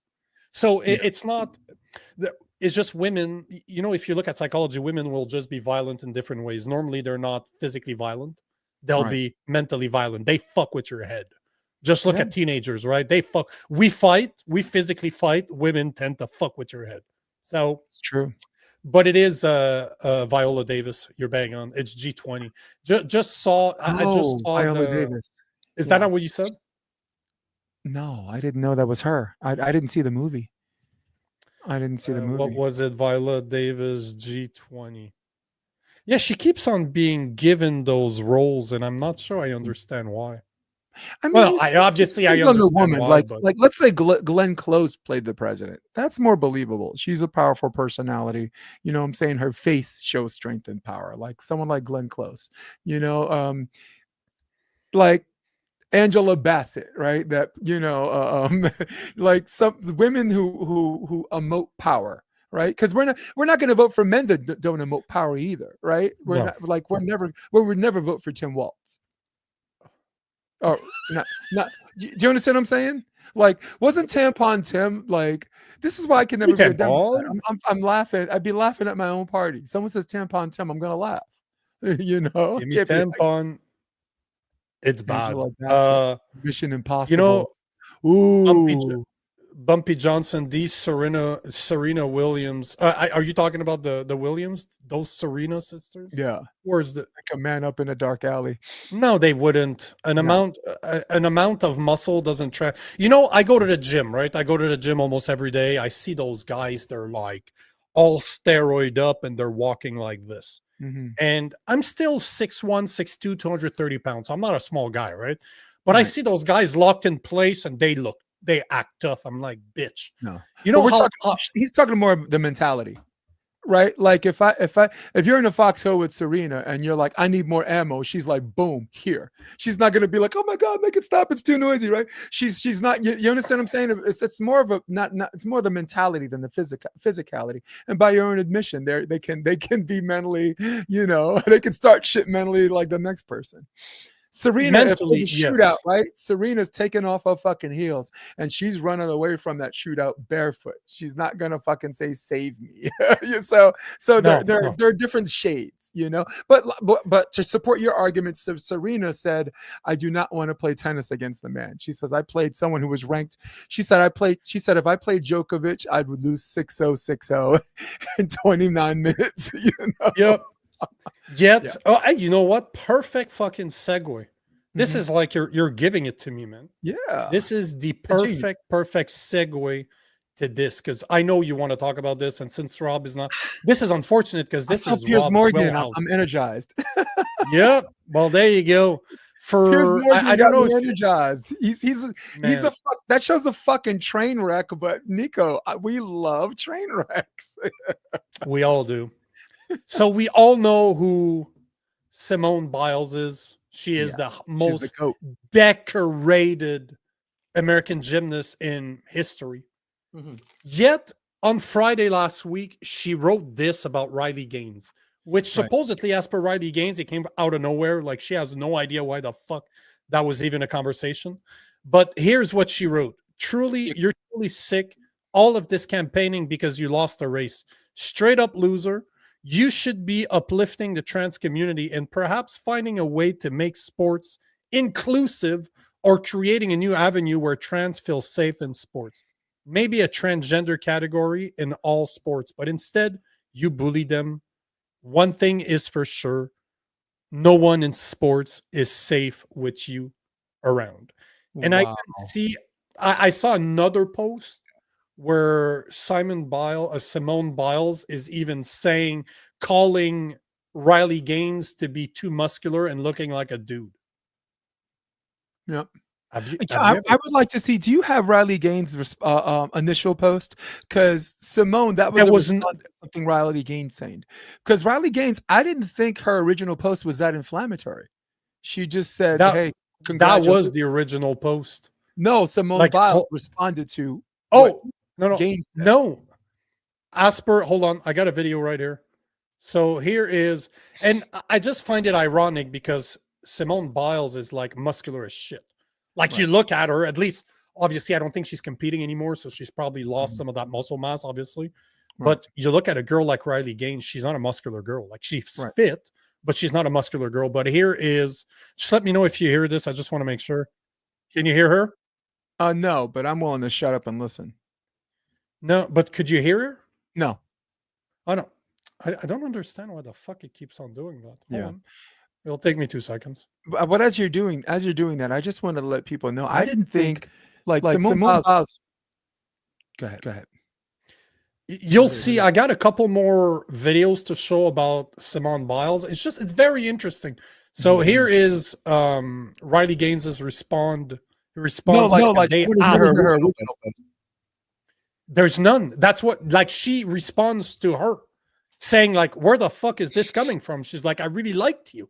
Like, what the fuck are we talking about here? So listen to let's just listen to Riley Gaines. Gymnast, the best of the best, bar none. There is no one else even remotely in her league in women's gymnastics. I guess in an attempt to be inclusive and virtuous, decided to sell out all women and girls who have dreams to achieve and to succeed, and to specifically personally attack and body shame me. She tweeted this out of the blue, like this came out of nowhere, and she said, Riley, me, you're truly sick, all of this campaigning because you lost a race. First of all, if she's insinuating I lost to a man, I've lost several races in my career, duh, that's part of being an athlete. But if she's saying I lost to a man, that's factually incorrect. We tied, besides the point. Straight up sore loser. You should be uplifting the trans community and perhaps finding a way to make sports inclusive or creating a new avenue where trans feel safe in sports. Let me get something straight. It's my job. It's the women's job. This is what Simone Biles is saying. It's the women's job to find a way for the men's feelings to be validated, for their identity to be affirmed. That's not my job, actually, at all. So to say I should be doing this is insane. If she wants to use her platform to uplift men and women's sports, then by all means, but it's certainly not my job, and I don't believe it's the job of any woman to do this. She goes on to say, but instead you bully them. One thing's for sure, no one in sports is safe with you around. I can't even make sense of that last part, actually. Then out of the blue, she tweeted this.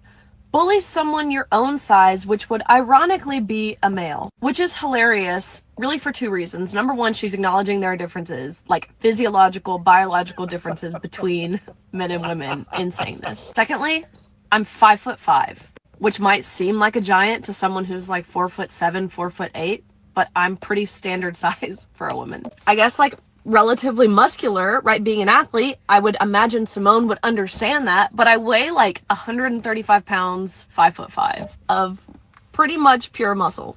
And again, if anyone would understand that, you would think it's Simone Biles, a woman who has historically been scrutinized for having a very muscular, masculine looking body. She was scrutinized to the point she did this whole body positivity campaign. Then she has the nerve to say that I look like a man. And not to mention, this is a woman who has been incredibly brave in calling out and witnessing the horrific sexual abuse that she and hundreds of other female gymnasts faced at the hands of one sexual predator, that predator being Larry Nassar. In the same breath, believing that vulnerable women should be forced to strip down naked in front of men in locker rooms so long as it makes the man feel happy. If Larry Nassar came out as trans, would Simone think it's responsible or safe for him to be housed in a women's prison? To be very, very clear, I could care less what Simone Biles says about me. I'm a very secure person. I know I'm on the right side of history. I'm married, so if she wants to say I look like a man, I literally could care less. The most heartbreaking part about this, for me, is the platform that she has and the amount of young girls who look up to her. That she just, in a blink of an eye, sold out to appear to be virtuous. What we saw from Simone is the definition of pulling up the ladder behind you, something people like Megan Rapinoe have also done. I have a feeling that if Simone's inclusive dream came true, she would have 0 Olympic medals and no one would even know who she is. So if she wants to advocate for men and women's sports, by all means, it's America, you get to do that. I get to call you stupid for it, but you get to do that. Maybe in the 28 Olympics, she can compete and pommel horse in the rings. But I am going to keep standing up for women and girls, which is just about the least controversial take on the entire planet. If you can remove yourself from the opinions of the elite, of mainstream media, of Hollywood, of any elected representation, the position that I have taken is the same position that about 90% of Americans have taken, which is that men should not be in women's sports. Simone Biles having internalized misogyny and being a male apologist was certainly not on my 2025 bingo card. I don't think that Simon, I don't know what the fuck happened with Simone, because she claims, like Riley Gaines just claims that out of the blue this happened. Right. God damn, she's becoming good at speaking. Simone or Like Riley Gaines, she is extreme, because she's been in the public eye for a few years now, and she had to defend herself time and time and time and time again. But goddamn, as somebody that creates content for a living, she created that off of her cell phone. You can see that she keeps on reaching for it because it's moving too much. She is fucking solid. Like, her speech is solid. But what do you think about this? Because this is just the two first videos, because obviously Simone said what she said. Then you have Riley Gaines that answers and completely destroys her in her speech. But then, do you remember how Simone went? I think it was in 2017. Simone went to court for sexual harassment, and Riley Gaines refers to it like, yes, exactly. I wanted to, like, I couldn't remember the exact term, but I think you're right. But this is where I thought it was getting very interesting, is that hold on, I think I got the video here of her actually talking about this, because it was a big deal. Like, as a parent, do you really want your children, your girls, to be in the same locker rooms as dudes? Because I don't. I definitely don't. And do you remember this? Like, this is, again, just like Gavin Newsom. I don't think she remembers that the internet is forever. It never forgets. Yeah. But look at the date. That's 2017. Simone Biles says, "Oh, good thing guys don't compete against girls, right? Or he'd take the gold medal." Ooh. It's just very interesting. I don't understand this whole dynamic. And I think that, answer this afterwards, but just Bumpy says that Simone Biles sees the opening for the Democrats. She could be attempting to start a political career after this, which would be dumb on many levels. This is actually very clever. I never thought about that until I saw the Bumpy's comment. If she ran in the right state, she'd win. The United States is not about competency. It's about star power. Newsom is still the governor of California because he has nice hair and a good voice, right? We have a fucking game show host won president of the United States. What are we talking about here, right? Ronald Reagan's a B-level actor, right? George Bush was a C student that got into Yale. I mean, it's not about competency. You're trying to tell me with 350 million beautiful minds, right? Those two ass hats, Harris and Trump, that was the best we can do. I don't believe that. Yeah, but what you were saying before, I wanted to compliment you on your take on Gaines, like her ability to do these interviews and like how sharp she is, and she hits her point. She's getting better and better as she goes along. For anyone that really wants to get to know what she's really about, go on Joe Rogan's podcast. She was on the podcast for 2.5 hours, and you really get to know someone in a 2-hour period, as Nico would know because he does it every day. But so while you're looking at it, the original tweet was. So laugh out, LOL, to be expected when your star player is a boy. Now, Riley Gaines, bringing everyone up to speed, was talking about a softball championship that I think I saw. A biological male pitched all 27 innings for the 3 wins.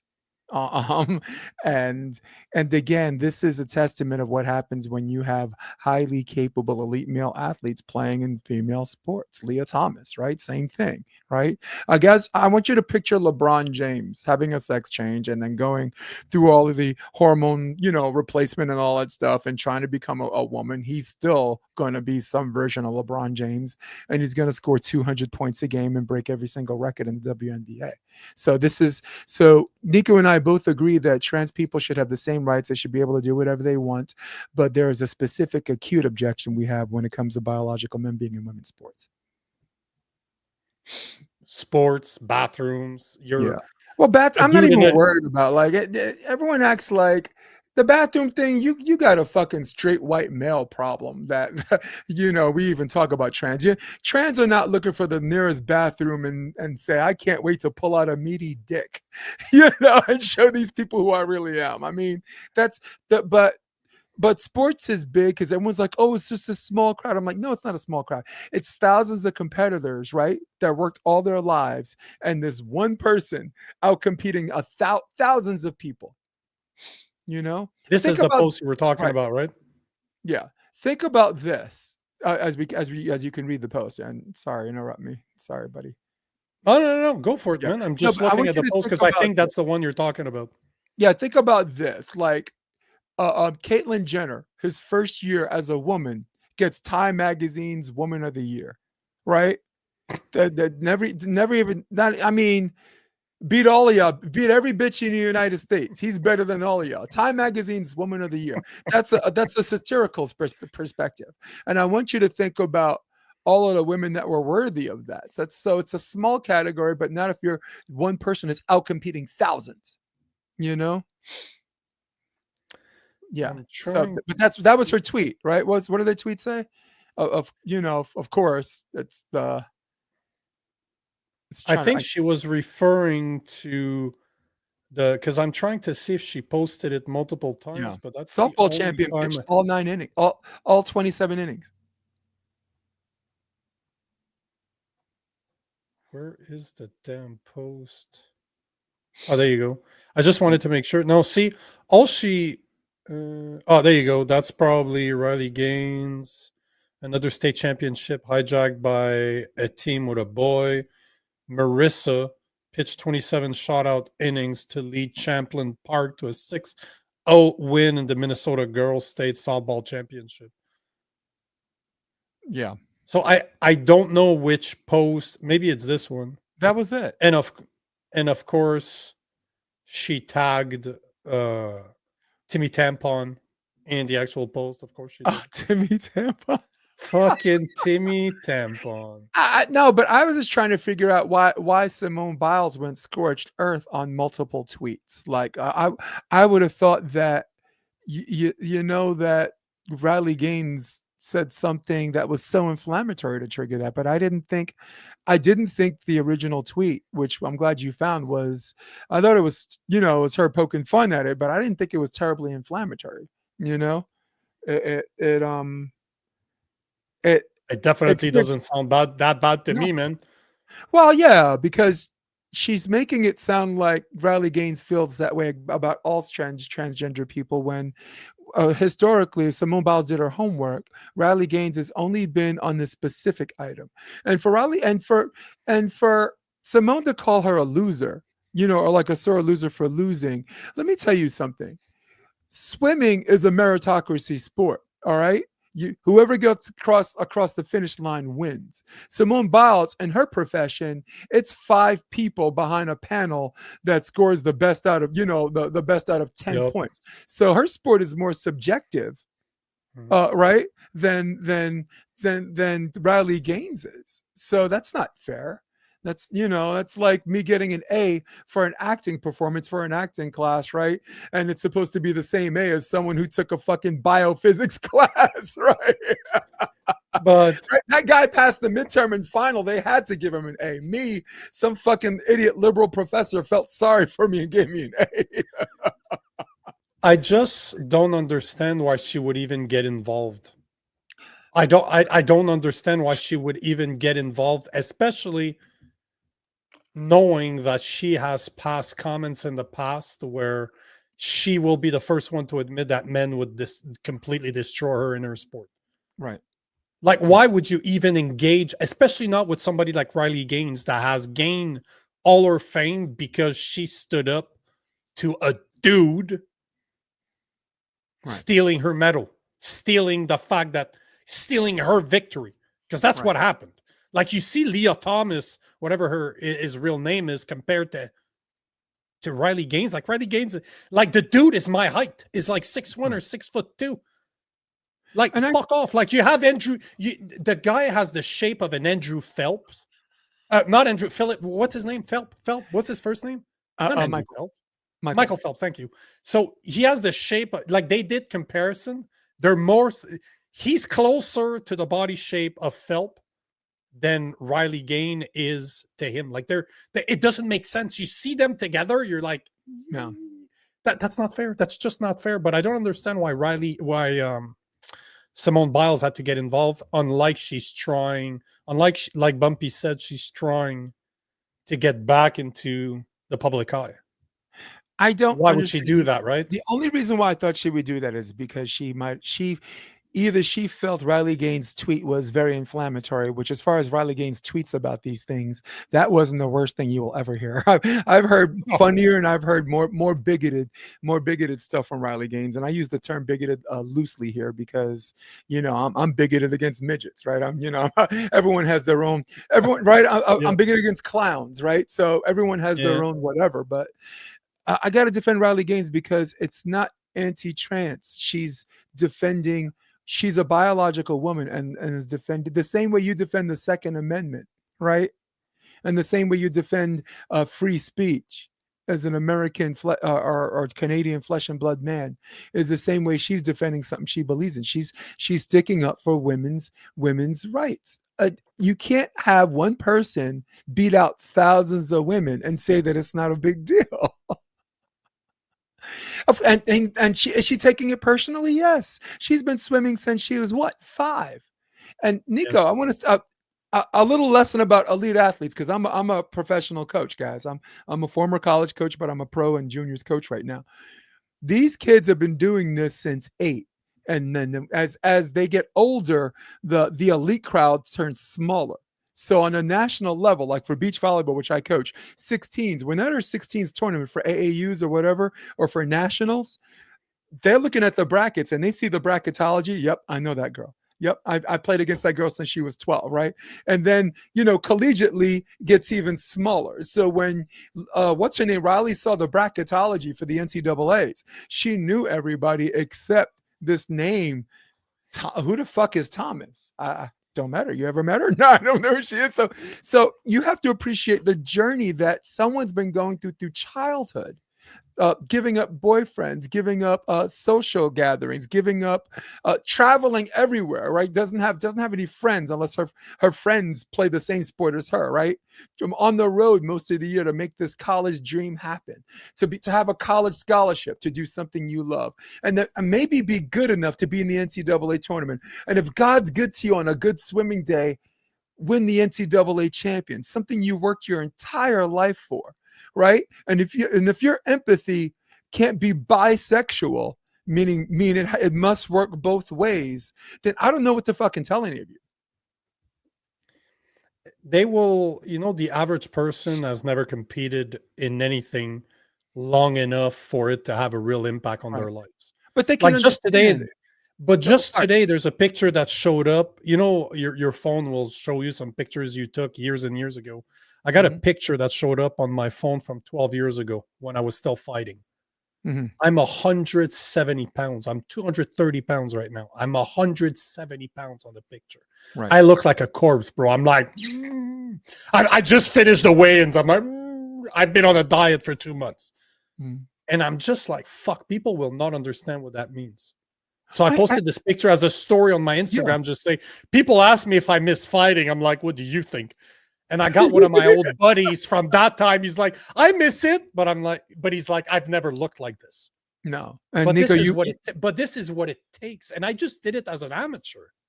Like, I have friends that did it as professionals, that was their way of making money, was fighting. And they were some of the best amateurs in the world. Are like top 2%. Even that's an elite category, right? Bro, I won a North American title as an amateur. I was no joke as an amateur, but I'm nowhere close to the level that professional. Right. I'll be the first one to tell you that I was not. Right. But at the same time, I don't think the average person understands what it takes to get there. No. Just to get there, because my life was defined by one thing, fighting. I trained twice a day. My calories were counted. Every single calorie was counted. Yeah. My life was around fighting. Everything, my job still was. I had deals with my bosses because I wore a suit back then. Hey, I might get to a customer meeting with a broken nose, with 2 black eyes, with a broken hand, with broken something, because I fight. They all knew what I did, but my life was around fighting. That is all I thought about. This is all I did. This is everything I did. Right. So to have somebody tell me that, oh, you know what? My female fighter that I coached should be fighting men. Are you fucking kidding me? You're talking Leah Thomas. The dude wasn't even ranked 200 best in the NCAA as a dude. Overnight, he crosses as a woman.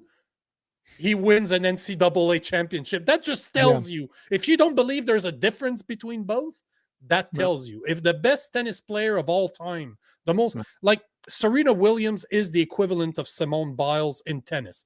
Like they are the best to play women's sports, her being tennis, and she'll be the first one to say, I can't even rank. I can't even play a top 200 guy in the world. He's going to kill me. Like, it's not going to be fair. Right. But there's a lot of politics and that hijack the narrative too, right? I'll give you an example. There was one of the events that Leah Thomas and Riley Gaines, in a very rare occasion, finished with a tie. I think there was like whatever, and there was a tie. But the NCAA doesn't give out trophies to both people. They can only give it to one person. And the NCAA made up a rule and said Leah Thomas is the winner. They're like, what are the rules behind it? We don't have one. This is the first time. So why would you arbitrarily just give that to Leah Thomas and not Riley Gaines? What made them come to that choice? There was no research behind that. There was no rule, no actual rule, because again, this is all new territory for the NCAA as well. Only one trophy, right? Couldn't even take the picture. Whether they even took the picture together for first place remains in peril. I mean, for anyone who wants to know, Joe Rogan again had Riley Gaines on. It was a long form. If you have the patience, it was a great conversation, but it's crazy how politics hijack the narrative, where, like you said, lived experience is a real thing. And if you don't understand, at least make an effort to try to understand. Like, I've never won an Olympic gold medal for beach volleyball, but I can talk about it because I studied the game, I coached the game, I paid dues, I deferred to the people who knew, and I built a brand where I can now be what you would call an aficionado, right? And that takes work, and I think people don't want to do the work. They turn on their TV, they go to CNN. What does Jake Tapper say? Okay, Jake Tapper says that. What does the guy from Fox say? I'm going to go the other way. And that's going to be right. But I'll bet the comment section agrees with me too on that one. It's sometimes these people are checking what their party says. They need to listen to Political Orphans. How about turning the TV, find out what Nico says? But I don't know what it's going to take for people to wake up to the fact that it's not fair. I don't even understand how this is still a conversation. And the only reason I'm talking about it is, like, you have two of the most known athletes on the planet, because those women have a lot of audience. Like, they have a massive following in their own right. And they're both jacked. They both look like gerbils on steroids, for Christ's sake. Although I personally think that Riley Gaines looks a lot more feminine than Biles does. Like, at least when she was competing. I haven't seen any picture of Simone Biles since she's not competing. There's no way she looks ripped just the way. But she is a genetic freak in the first place. That woman was a genetic freak on top of the training that she put in. But at the same time, she looked very masculine. Like, I don't understand. There has to be something behind it all for Simone to just start talking about something like that she has there's no reason for her to approach this. Zero. Zero. Nico, thanks to alternative media, like, what happens? Alternative media exposes the narrative from what the people of the United States of America think. Right? I don't know if you know this, but the majority of Democrats are opposed to biological men playing in women's sports. If you watch CNN, you would think that half the country's on one side. No, the Republicans more so than Democrats. Like, if you did a poll right now, the Republicans is overwhelming, but the Democrats come up to around 69%, right? Because Democrats have daughters too. Democrats have daughters that play sports too. Like Michael Jordan said, Republicans wear sneakers too, right? Democrats have daughters too. So the solution is to continue for these alternative media outlets like this, I won't say the Joe Rogan podcast, because that's not the news. That's just a conversation. But like The Hill Rising, they have a Democrat and Republican on that. Breaking Points, Crystal Ball, Sager, Libertarian, Democrat. Revolutionary Blackout Network, they're a bunch of judgmental fucking socialists, but they tell the truth. And I love it because it allows us to be informed. We can't, Nico, we can't make the decisions on how we feel if we don't have the right information. We didn't get the right information on the last 4 years in a pandemic, right? And to tell you the truth, the reason why people are arguing, Nico, because if you were armed with the same information as them and you thought that information was true, you might be just as hard in the pain as them. So again, that's where empathy has to come into play. Yeah, but I think that's something that's lost. The last one is saying, by the way, it's Men's Health Awareness Month. Hope all you men are faring well. We appreciate that, Robin. Yeah, I talked about this. That's something that's close to my heart. But I made a video about this that people did not enjoy as much as I did making it. But it was basically just saying that June is not Pride Month; it's Men Health Awareness Month.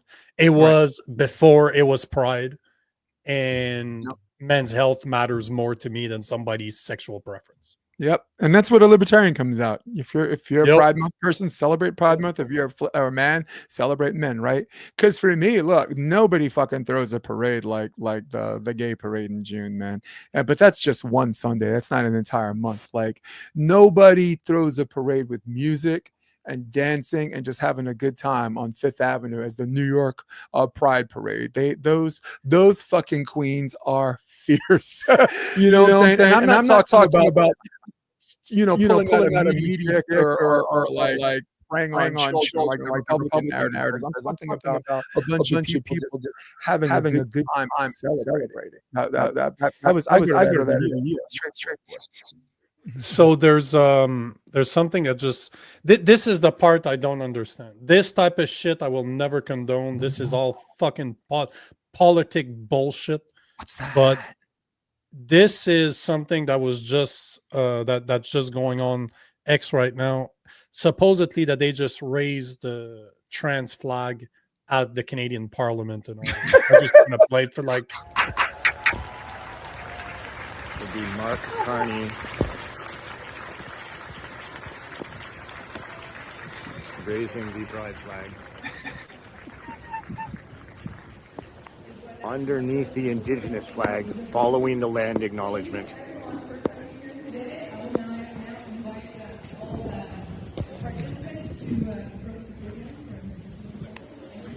Welcome to Canada. Like they did why? They did that to piss you off.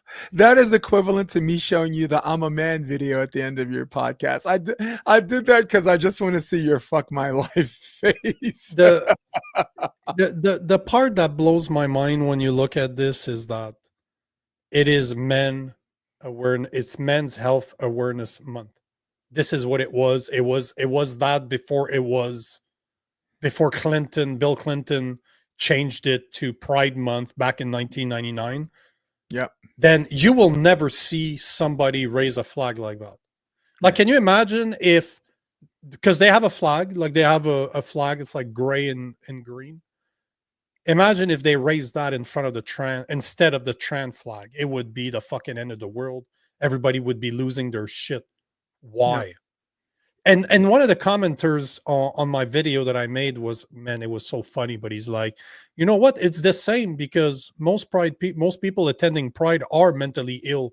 So isn't men's mental health the same thing? And I just thought it was hilarious. However you feel about it, it was fucking funny. I'm like, damn, bro, you're throwing a shit grenade and you're just going to leave the comment section. Yeah. But mental health is the common denominator for everything. Right, you were talking about school shootings before, people that shoot up or whatever, like mass shooters. The percentage of those people that are on psychotic medications, every single one of them in the past like 10 years, every single as one, close to 100% as we're gonna get, right? Right, yep. Isn't that fucking wild, dude? Yeah. So, and I'm glad. I think mental health when you look at the homeless population, when you think of just homeless veterans, like mentally disturbed vets on PTSD, when you think of school shootings, when you think of, like you said, some people who are having identity crisis, whether they're trans, gay, this or that, there is some mental illness that is not being financed and not being treated and being ignored. And the problem with America right now is we're throwing all our money into these programs when if we took care of mental health, right?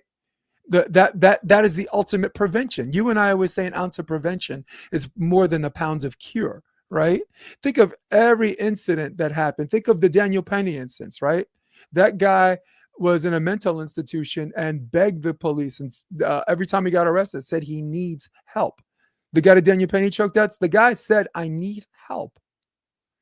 So I'm glad they're doing a month for this, but they should. I don't know. There's a way we could do it, whatever.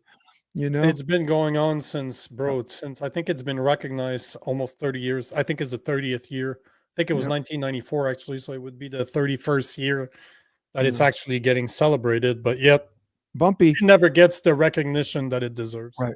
Bumpy had an interesting comment. Said Simone Biles has had mental health issues. Riley Gaines is prepped more to run for office. Simone needs work, right?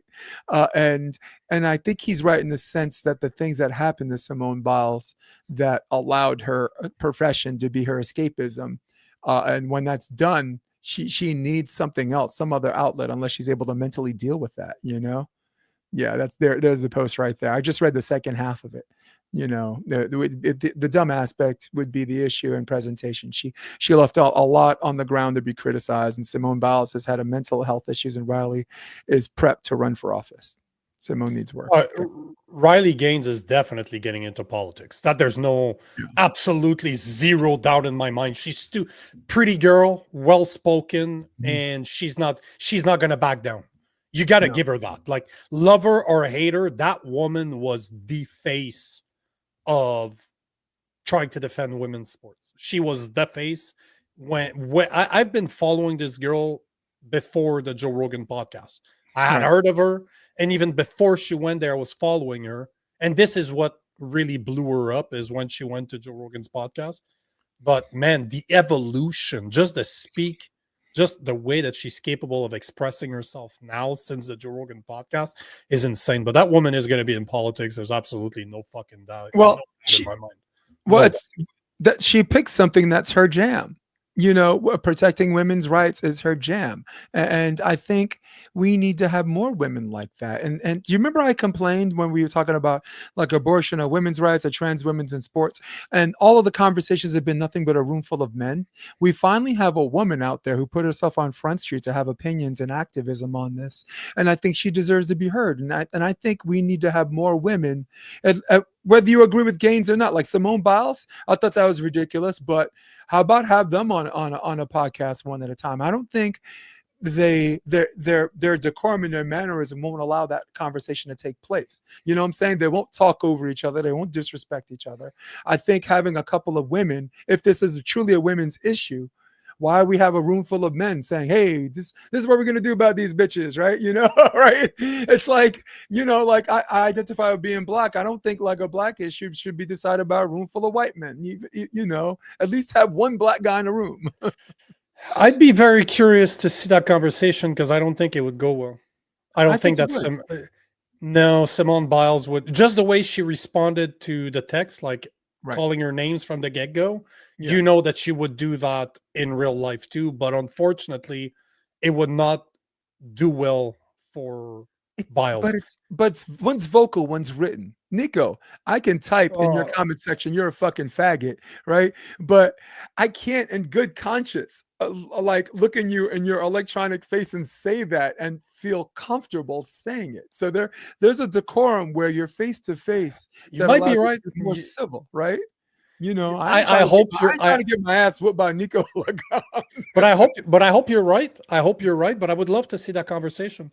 But at the same time, Simone Biles is coming unequipped, because Riley Gaines has been doing it for 3 years straight, being called all the names. Fucking yes, like 100%. It would not be fair. Like, she has at least 2 to 3 years experience in handling all the biggest voice on the planet. Right. She wasn't being called out by a few podcasters. No.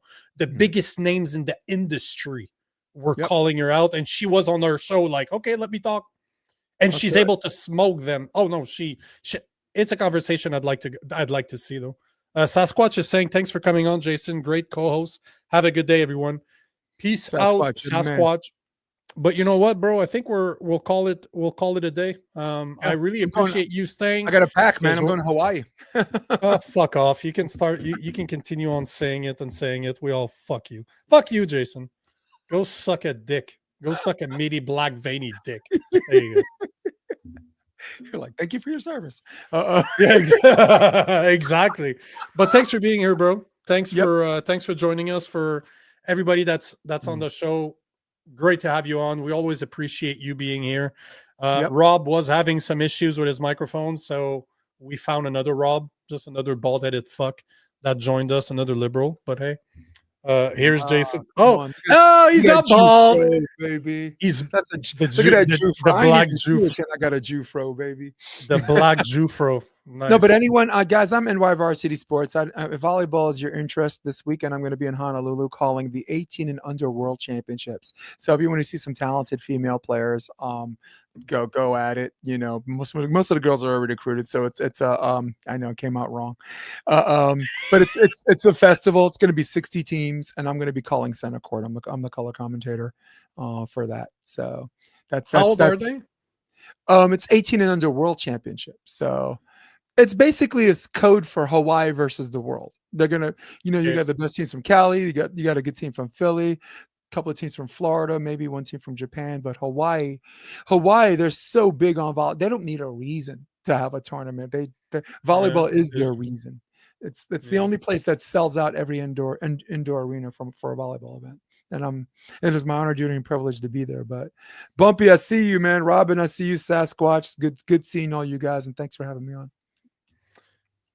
Thanks for being here, man. For all the people out there, thanks for being here. I don't have anything else to say. I just appreciate every single one of you guys. Always warms my heart to have you on. So thank you for being here, and we will see you tomorrow. My man.